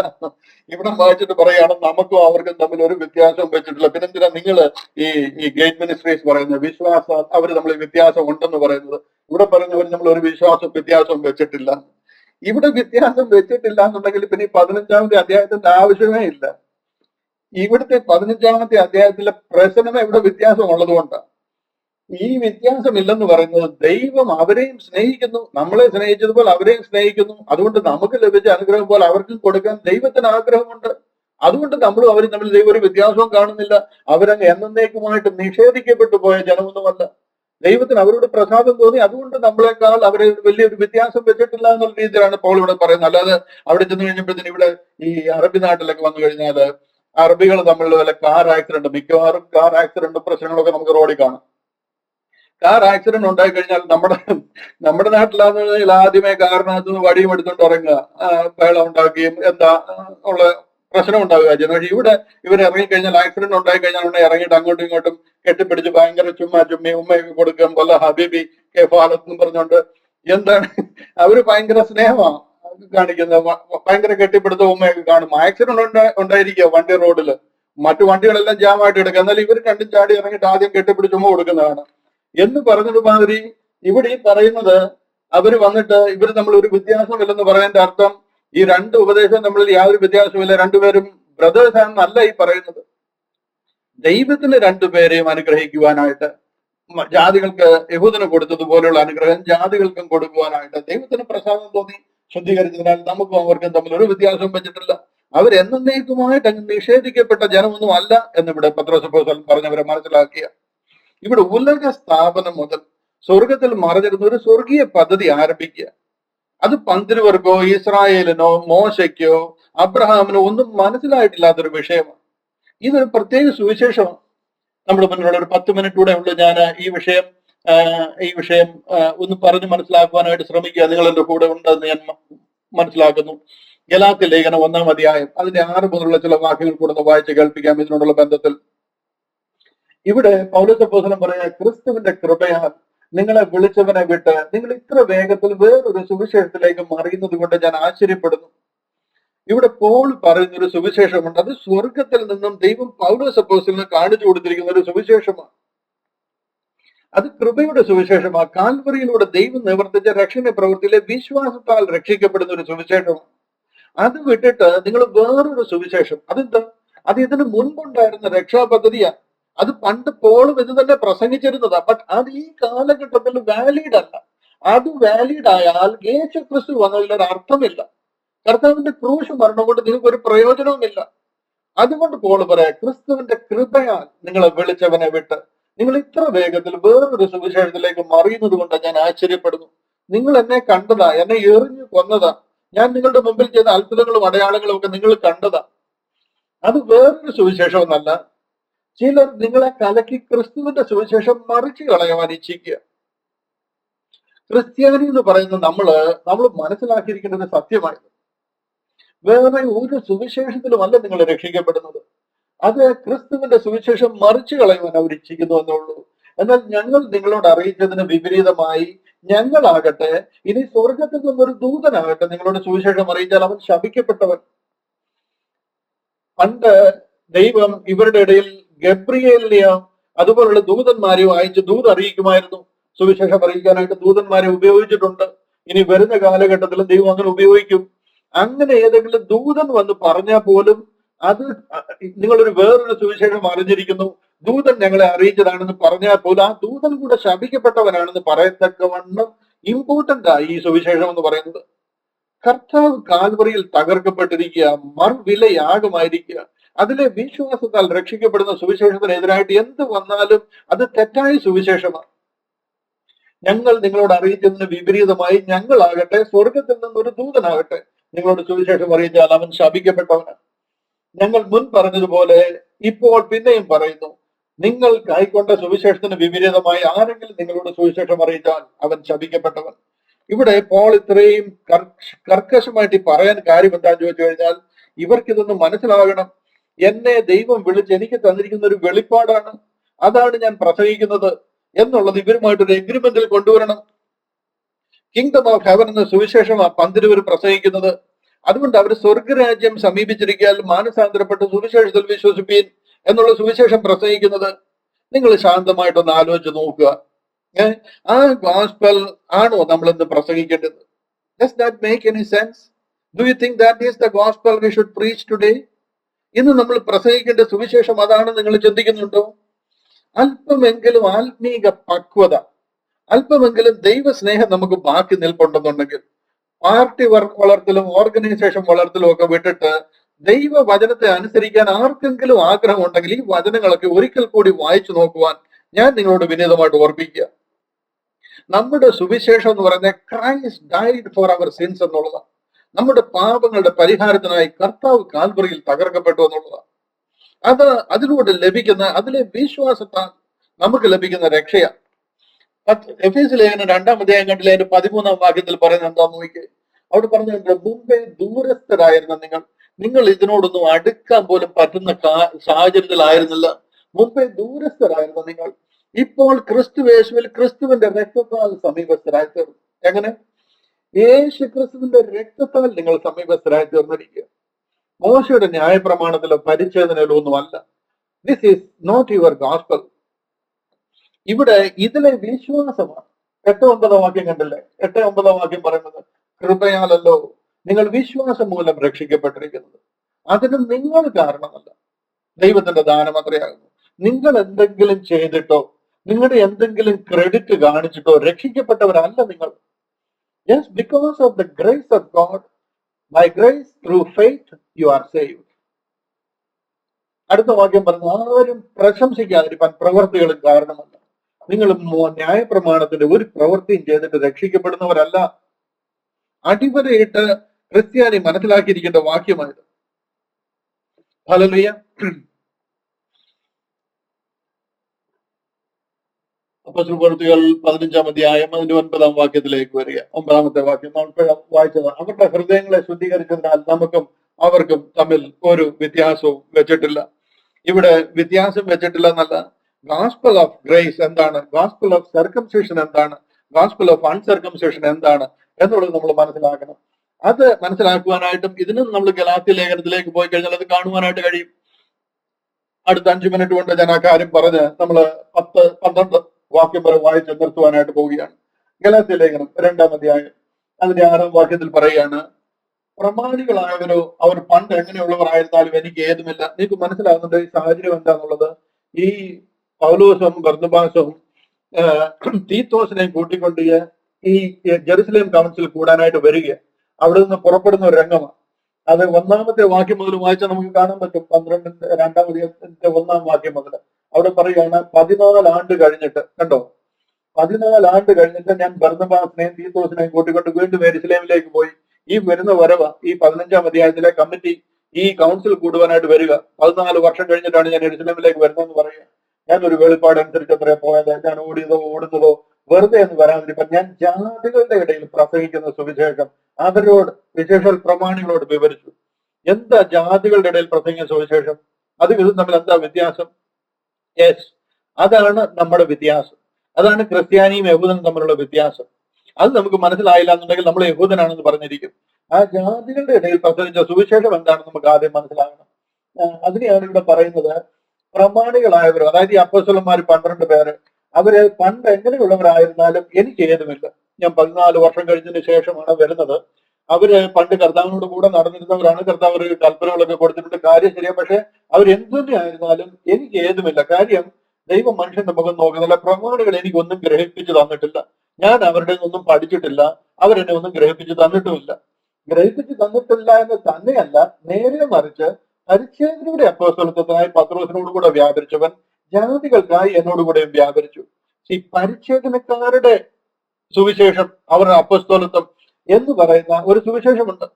അത് ആണ് ഗോസ്പൽ ഓഫ് സർക്കംസിഷൻ, അതെന്നുണ്ടെങ്കിൽ ഇവര് കിങ്ഡം ഗോസ്പൽ എന്ന് പറയുന്നത്. അതിനുവേണ്ടി പത്രോസിനോട് കൂടെ ഇരുന്നവൻ ജാതികളുടെ ഇടയിലെ സുവിശേഷം അറിയിക്കുവാൻ എന്നോടുകൂടെ വ്യാപരിച്ചു. പത്രോസിന് പരിച്ഛേദനക്കാരുടെ ഇടയിലെ സുവിശേഷം എന്ന പോലെ എനിക്ക് അഗ്രകർമ്മക്കാരുടെ ഇടയിലെ സുവിശേഷം ദൈവം ഭരമേൽപ്പിച്ചിരിക്കുന്നു. ഇവിടൊക്കെ മലയാളത്തിൽ ഇവർക്കത് മനസ്സിലാകാതെ വന്നപ്പം മലയാളം ട്രാൻസ്ലേഷനിൽ കുറെ കുലുമാലുകൾ വരുത്തിയിട്ടുണ്ട്. ഇവിടെ കണ്ടില്ലേ, പത്രോസിന് പരിച്ഛേദനക്കാരുടെ ഇടയിലെ സുവിശേഷ ഘോഷണം. ഇവിടെ ഒരു ഘോഷണം എന്നൊരു വാക്ക് ആഡ് ചെയ്തു. ഈ ഘോഷണം ആഡ് ചെയ്തു കാരണം ആകെപ്പാടി ഇതിന്റെ അർത്ഥം മാറിപ്പോയി. ഇവിടെ പത്രോസ് പറഞ്ഞു വരുമ്പോൾ നിങ്ങൾ അവിടെ ഘോഷിച്ചോ, ഞങ്ങൾ ഇവിടെ ഘോഷിച്ചോളാം എന്നാക്കി. സുവിശേഷം 2 ലൊക്കേഷൻ മാത്രം മാറി, സുവിശേഷം 1 എന്ന് വരുത്തി തീർത്തിരിക്കുക മലയാളത്തിലെ ട്രാൻസ്ലേഷനിൽ. പക്ഷെ ഇംഗ്ലീഷ് കണ്ടില്ലയോ, ഇംഗ്ലീഷിൽ വളരെ ക്ലിയർ ആണ്. അവിടെ പറയുന്ന, but contrariwise when they saw that the gospel of the uncircumcision was committed unto me as the gospel of the circumcision was unto Peter. ഇവിടെ ഘോഷിച്ച നിങ്ങൾ അവിടെ ഘോഷിച്ചോ, ഞങ്ങൾ ഇവിടെ ഘോഷിച്ചോളാം എന്നൊന്നും അല്ല പറഞ്ഞത്. ഇതാണ് ഞാൻ പറഞ്ഞ മലയാളത്തിൽ കംപ്ലീറ്റ് ഗുലുമാലുകളാണ്. അതുകൊണ്ട് എന്താണെന്നറിയാമോ, മലയാളിക്ക് ഇത് വായിക്കുമ്പോൾ എന്താണ് അത് പറയുന്നത് പിടികിട്ടത്തില്ല. ഇതുപോലെ നേരെ മറിച്ച് പരിച്ഛേദനയുടെ അപ്പോസ്തലത്വത്തിനായി പത്രോസിനോടുകൂടെ വ്യാപരിച്ചവൻ ജാതികൾക്കായി എന്നോടുകൂടെ വ്യാപരിച്ചു. ഇത് രണ്ടും 2 സുവിശേഷമാണ്. പത്രോസിന് പരിച്ഛേദനക്കാരുടെ ഇടയിലെ സുവിശേഷ ഘോഷണം എന്നപോലെ എനിക്ക് അഗ്രകർമ്മക്കാരുടെ ഇടയിലെ സുവിശേഷ ഘോഷണം ആരമേൽപ്പിച്ചിരിക്കുന്നു എന്ന് കണ്ട് എനിക്ക് ലഭിച്ച കൃപ അറിഞ്ഞുകൊണ്ട് തൂണുകളായി എണ്ണപ്പെട്ടിരുന്ന യാക്കോബും കേഫാവും യോഹന്നാനും ഞങ്ങൾ ജാതികളുടെ ഇടയിലും അവർ പരിച്ഛേദനക്കാരുടെ ഇടയിലും സുവിശേഷം അറിയിപ്പാൻ തക്കവണ്ണം എനിക്കും ബർന്നബാസിനും കൂട്ടായ്മയുടെ വലം കൈ തന്നു. നിങ്ങൾ യഹൂദന്മാരുടെ ഇടയിൽ, നിങ്ങൾ ജാതികളുടെ ഇടയിൽ സുവിശേഷിച്ചോ, ഞങ്ങള് യഹൂദന്മാരുടെ ഇടയിൽ സുവിശേഷിക്കും. കാര്യം ഇത് രണ്ടും 2 ഗോസ്പലാണ്. മനസ്സിലാകുന്നുണ്ടോ? നിങ്ങൾക്ക് മനസ്സിലാകുന്നുണ്ടോ? അപ്പൊ നിങ്ങൾ ചോദിക്കാം, 12 അപ്പോസ്തലന്മാർ ജാതികളുടെ രാജ്യത്ത് പോയിട്ടുള്ളവർ ഗലാത്തിയിലും ഫൊയ്നിക്കയിലും കുപ്രോസിലും എന്താ പറയുന്നത് ആസിയയിലും ബിദുനിയയിലും കപ്പദോക്കിയയിലും മക്കദോനിയയിലും ഒക്കെ പോയല്ലോ എന്ന് ചോദിക്കാം. അഫ്കോഴ്സ് പോയി. ആ പോയിടത്തെല്ലാം അവർ പ്രസംഗിച്ചത് കിങ്ഡം ഗോസ്പലാണ്. അവർ യഹൂദരോടാ പ്രസംഗിച്ചത്. നിങ്ങൾ ഈ യാക്കോബിന്റെ ലേഖനം വായിച്ചു നോക്കുക, നിങ്ങൾ പത്രോസിന്റെ ലേഖനം വായിച്ചു നോക്കുക, ആർക്കും അവർ എഴുതിയിരിക്കുന്നത്. അവർ പ്രസംഗിച്ചിരിക്കുന്ന ഗോസ്പൽ അല്ല പൗലോസ് അപ്പോസ്തലനാൽ അറിയപ്പെട്ടിരിക്കുന്ന ബോഡി ഓഫ് ക്രൈസ്റ്റ് എന്ന ദൈവസഭ, സപ്പോസിഡ്ലി ക്രിസ്ത്യാനിറ്റി. പക്ഷെ നമ്മൾ ആ ക്രിസ്ത്യാനിറ്റി അതിൽ നിന്ന് മാറി യഹൂദനുമായിട്ട് ചേർന്ന് ഒട്ടിയിരിക്കുക. അത് കാരണം നമ്മൾ വഴിയിൽ നിന്ന് മാറിപ്പോയി, സത്യസുവിശേഷത്തിൽ നിന്ന് മാറിപ്പോയി. നമ്മൾ എന്തോ യഹൂദന്റെ ഓഫ് ഷൂട്ട് ആണെന്ന് പറഞ്ഞ് നമ്മൾ അതിലെന്തോ ഭയങ്കര ഒരു സംതൃപ്തി കണ്ടിരിക്കുകയാണ്. അവർ ദൈവത്തിന്റെ ആൾക്കാരാണ്, നമ്മൾ അതുകൊണ്ട് ചേർന്ന് നിന്ന് കഴിഞ്ഞാൽ നമുക്ക് അതിൽ കൂടെ എന്തോ കിട്ടുമെന്നുള്ള രീതിയിൽ. നമ്മുടെ പദ്ധതി യഹൂദനുമായിട്ടുള്ള പദ്ധതി അല്ല. ആകാശവും ഭൂമിയും അതിന് 2 പദ്ധതിയാണ്. കർത്താവ് ഭൂമിയിൽ വന്നതിന് ശേഷം മരിച്ചു അടക്കപ്പെട്ട് ഉയർത്തെഴുന്നേറ്റ് സ്വർഗത്തിൽ പോയതിനു ശേഷം 1 വർഷത്തിന് ശേഷം പൗലോസ് അപ്പോസ്തലനെ വിളിച്ച് തന്നിൽ കൂടി അറിയിച്ചിരിക്കുന്ന രക്ഷാ പദ്ധതിയ the gospel of the grace of God എന്ന് പറയുന്നതും ബോഡി ഓഫ് ക്രൈസ്റ്റ് എന്ന് പറയുന്ന ദൈവസഭയും, അത് നാം സ്വർഗത്തിലേക്ക് പോകുന്ന സ്വർഗീയ പദ്ധതിയാണ്. അതിന് ഉൽപ്രാവണവും സ്വർഗവും നമ്മൾ സ്വർഗത്തിലേക്ക് പോകുന്നതും സ്വർഗത്തിൽ ചേർക്കപ്പെടുന്നതുമല്ല. ഹല്ലേലൂയ. ഇത് രണ്ടും രണ്ട് സുവിശേഷമാണ്. 10-ാം വാക്യത്തിലേക്ക് വരാം. ഞാൻ നമ്മുടെ സമയം തീരുകയാണല്ലോ. 10-ാം വാക്യത്തിൽ പറയുകയാണ്, ആകയാൽ നമ്മുടെ പിതാക്കന്മാർക്ക് നമുക്കും ചുമപ്പാൻ കഴിഞ്ഞിട്ടില്ലാത്ത മുഖം ശിഷ്യന്മാരുടെ കഴുത്തിൽ വെപ്പാൻ നിങ്ങൾ ഇപ്പോൾ ദൈവത്തെ പരീക്ഷിക്കുന്നുണ്ട്. ന്യായപ്രമാണം നമുക്ക് പോലും പാലിക്കാൻ പറ്റിയിട്ടില്ല. ഇനി അതുകൊണ്ട് അവരോട് പാലിക്കണമെന്ന് പറയുന്നത് ശരിയല്ല എന്നാണ് പത്രോസ് അപ്പോസ്തലന് മനസ്സിലായത്. അതുകൊണ്ട് അവര് ആ ഒരു പ്രമാണം പാലിക്കണ്ട എന്നുള്ള ഒരു എഗ്രിമെന്റിലേക്ക് അവിടെ വരുവാനായിട്ടിടയായി. കർത്താവായ യേശുവിന്റെ കൃപയാൽ രക്ഷ പ്രാപിക്കാൻ നാം വിശ്വസിക്കുന്ന പോലെ അവരും വിശ്വസിക്കുന്നു. ഇതെല്ലാം നമുക്ക് സംശയം ഉളവാക്കുന്ന രീതിയിലാണ് ഈ വാക്യങ്ങളൊക്കെ വന്നിരിക്കുന്നത്. കർത്താവായ യേശുവിന്റെ കൃപയാൽ രക്ഷ പ്രാപിക്കുന്നത് നാം വിശ്വസിക്കുന്ന പോലെ അവരും വിശ്വസിക്കുന്നു. കൃപയാലാണ് അവര് രക്ഷ പ്രാപിച്ചിരിക്കുന്നത്. പക്ഷെ കൃപയല്ല അവരുടെ രക്ഷയുടെ അടിസ്ഥാനം. കൃപയില്ല എന്നുണ്ടെങ്കിൽ മഹാപുരോഹിതനെക്കാട്ടി വലിയ ആളാണോ മീൻ പിടിച്ചുകൊണ്ട് നടന്ന പത്രോസ്? അവിടുത്തെ ഗമാലിയൽ ശാസ്ത്രിയെക്കാട്ടിൽ വലിയ ആളാണോ ഇവിടുത്തെ ഈ യാക്കോബും യോഹന്നാനും ഒക്കെ? ഇവരെല്ലാം വള്ളവും വലയുമായിട്ട് മീൻ പിടിച്ചു നടന്ന മുക്കുവന്മാരാണ്. ദൈവത്തിന്റെ കൃപ കാരണം ദൈവം അവരെ വിളിച്ച ഈ വലിയ സന്തോഷത്തിനും ഈ വലിയൊരു ദൈവിക പദ്ധതിക്കും മൂപ്പന്മാരാക്കിയിരിക്കുക 12 അപ്പോസ്തലന്മാരാണ്. അവരുടെ പേര് 12 ഗോപുരങ്ങളിൽ കൊത്തി സ്വർഗത്തിലും നിത്യതയിലും സ്വർഗത്തിൽ വരെ 12 പട്ടണങ്ങൾ അവരുടെ പേരിൽ, അതിന് അവരെ ന്യായം വിധിക്കുന്ന രീതിയിൽ ദൈവ കൃപയാൽ അവർക്ക് ആ ഭാഗ്യം ലഭിച്ചിരിക്കുക. അതായി പറയുന്നത്. അല്ലാതെ കൃപ മൂലം ഇവര് രക്ഷിക്കപ്പെട്ടു എന്നല്ല. ഇവിടെ പരിച്ഛേദന ചെയ്യണം, പന്തകൽപ്പന അനുസരിക്കണം, മോശയുടെ ന്യായപ്രമാണം അനുസരിക്കണം, ഇവിടെ കംപ്ലീറ്റ് കാര്യങ്ങൾ ഇവർ അനുസരിക്കണം, അന്ത്യം വരെ വിശ്വസ്തരായിട്ട് നിൽക്കണം, endure till the end, അല്ലാതെ വീണുപോകും. ഇതല്ല കൃപയിലുള്ള രക്ഷ. കൃപ എല്ലാ കാലത്തും ഉണ്ടായിരുന്നെങ്കിലും കൃപയാൽ രക്ഷിക്കപ്പെടുന്ന ഒരു കാലഘട്ടം, ആ ഒരു പദ്ധതിയും തുറന്നിരിക്കുന്നത് പൗലോസ് അപ്പോസ്തലൻ കൂടി സകല മനുഷ്യരുടെ രക്ഷയ്ക്കായിട്ട് തുറന്നിരിക്കുന്നത്. അതിലാണ് ഞാനും നിങ്ങളും രക്ഷിക്കപ്പെട്ടിരിക്കുന്നത്. അതിലൂടെ നാം രക്ഷയ്ക്ക് പാത്രമായി തീർന്നിരിക്കുക. ഇവിടെ മുമ്പേ ദൂരസ്ഥരായിരുന്നു നാം, കർത്താവായ യേശു ക്രിസ്തുവിന്റെ രക്തത്താൽ സമീപസ്ഥരായി തീർന്നിരിക്കുക. 12-ാമത്തെ വാക്യം, ജനസമൂഹം എല്ലാം മിണ്ടാതെ ബർന്നബാസും പൗലോസും ദൈവം തങ്ങളെ കൊണ്ട് ജാതികളുടെ ഇടയിൽ ചെയ്യിപ്പിച്ച അടയാളങ്ങളും അത്ഭുതങ്ങളും എല്ലാം വിവരിക്കുന്നത് കേട്ടുകൊണ്ടിരുന്നു. തൽക്കാലം ഞാൻ ഇവിടെ നിർത്തുക. ഇവിടുത്തെ ഓർഡർ മാറിയത് കണ്ടോ? ഇവിടെ എഴുതിയേക്കുന്ന കണ്ടോ? ജനസമൂഹം എല്ലാം മിണ്ടാതെ ബർന്നബാസും പൗലോസും. ഓർഡർ മാറിയത് കണ്ടോ? ഇതിനു മുമ്പ് വരെ നമ്മൾ കണ്ടിരുന്നത് പൗലോസും ബർന്നബാസുമായിരുന്നു. ഇവിടെ അയച്ചിരിക്കുന്നത് ബർന്നബാസിനെയാണ്. ബർന്നബാസാണ് അന്ത്യോക്യയിലെ ശുശ്രൂഷ ലീഡ് ചെയ്യുന്നത്. ബർന്നബാസിന്റെ കൂടാണ് പൗലോസിനെ വായിച്ചത്. എന്നാൽ പരിശുദ്ധ ആത്മാവ് പൗലോസും ബർന്നബാസും എന്നുള്ള ഓർഡറിലേക്ക് മാറ്റി തിരിച്ച് ഇവരുടെ അടുത്ത് വന്നു കഴിഞ്ഞപ്പോൾ പറയുന്ന ആ ഓർഡർ കണ്ട് ഇവിടുത്തെ ഒരു വള്ളിയോ പുള്ളിയോ മാറത്തില്ല. ഓരോ കാര്യങ്ങൾക്കും അർത്ഥവും ഉള്ളതാണ്. ഇവിടെ പറഞ്ഞുണ്ടോ? മിണ്ടാതെ ബർന്നബാസിന്റെ പേര് ആദ്യം പറഞ്ഞു. ബർന്നബാസും പൗലോസും ദൈവം തങ്ങളെ കൊണ്ട് ജാതികളുടെ ഇടയിൽ ചെയ്യിപ്പിച്ച അടയാളങ്ങളും അത്ഭുതങ്ങളും എല്ലാം വിവരിക്കുന്നത് കേട്ടുകൊണ്ടിരുന്നു. ഹല്ലേലൂയ. ഭയങ്കര ഒരു അനുഗ്രഹിക്കപ്പെട്ട കീ ചാപ്റ്റർ ഈ അപ്പോസ്തല പ്രവൃത്തികൾ 15. ഞാൻ 12 വരെ വായിച്ചുള്ളൂ. തുടർന്നുള്ള ഭാഗങ്ങൾ നമ്മൾ വായിച്ച് ഡീറ്റെയിൽ ആയിട്ട് ഇതിനെ പഠിക്കുവാനും മനസ്സിലാക്കുവാനും ദൈവം നമ്മളെ സഹായിക്കട്ടെ. ഹല്ലേലൂയ. അടുത്ത 3 ആഴ്ചത്തേക്ക് നമുക്ക് ബൈബിൾ ക്ലാസ് ഇല്ല.